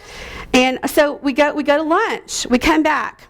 I happen to look down because, we're sitting like this, I happen to look down, and there's a knife in the guy's pocket. And I was kind of freaking out at this point because he hates me. Okay, so I'm like, oh my God. So I write on my screen. My screen is like tilted where he can't see it, but my attorney can see it. So I tapped him on the leg and I wrote, knife in pocket, do something. And so, and kind of tapped him and pointed to my screen, and he looked at it, he goes, oh, let's go off the record for just a second. And so we go off the record, and can you believe he does this? He leaves me in the room with the guy and calls the attorneys out in the hall and leaves me there with the guy. And I'm thinking, oh my God, this guy could just take this thing out and stab me right here. And I'm kind of freaking out. And then they come back in and take him out, and they said they got the knife and locked it in the cabinet. And now he's really pissed at me, okay? And I'm like, oh my God, because I probably was the only person that could tell he had that knife in his pocket. So he knew it was me. I mean, how's he not going to know? And so this went all day, and I tell you, I had a migraine at the end of that day. We were done, and the attorney goes, you are not going home. And I go, what do you mean I'm not going home? He goes, you are going to sit right here. I'm going to go have security, make sure that guy's gone, and then I'm following you home. Now, mind you, this was in the Greenway Plaza part of Houston. I live in the Woodlands. That's like an hour and a half to 2 hour drive in good traffic. And he goes, no, I'm following you home. And I'm like, no, you don't have to do that. He goes, no, that guy has a hard on for you. I'm following you home. So he made us wait 2 hours to make sure the guy was gone, and then he followed me all the way home. Isn't that crazy?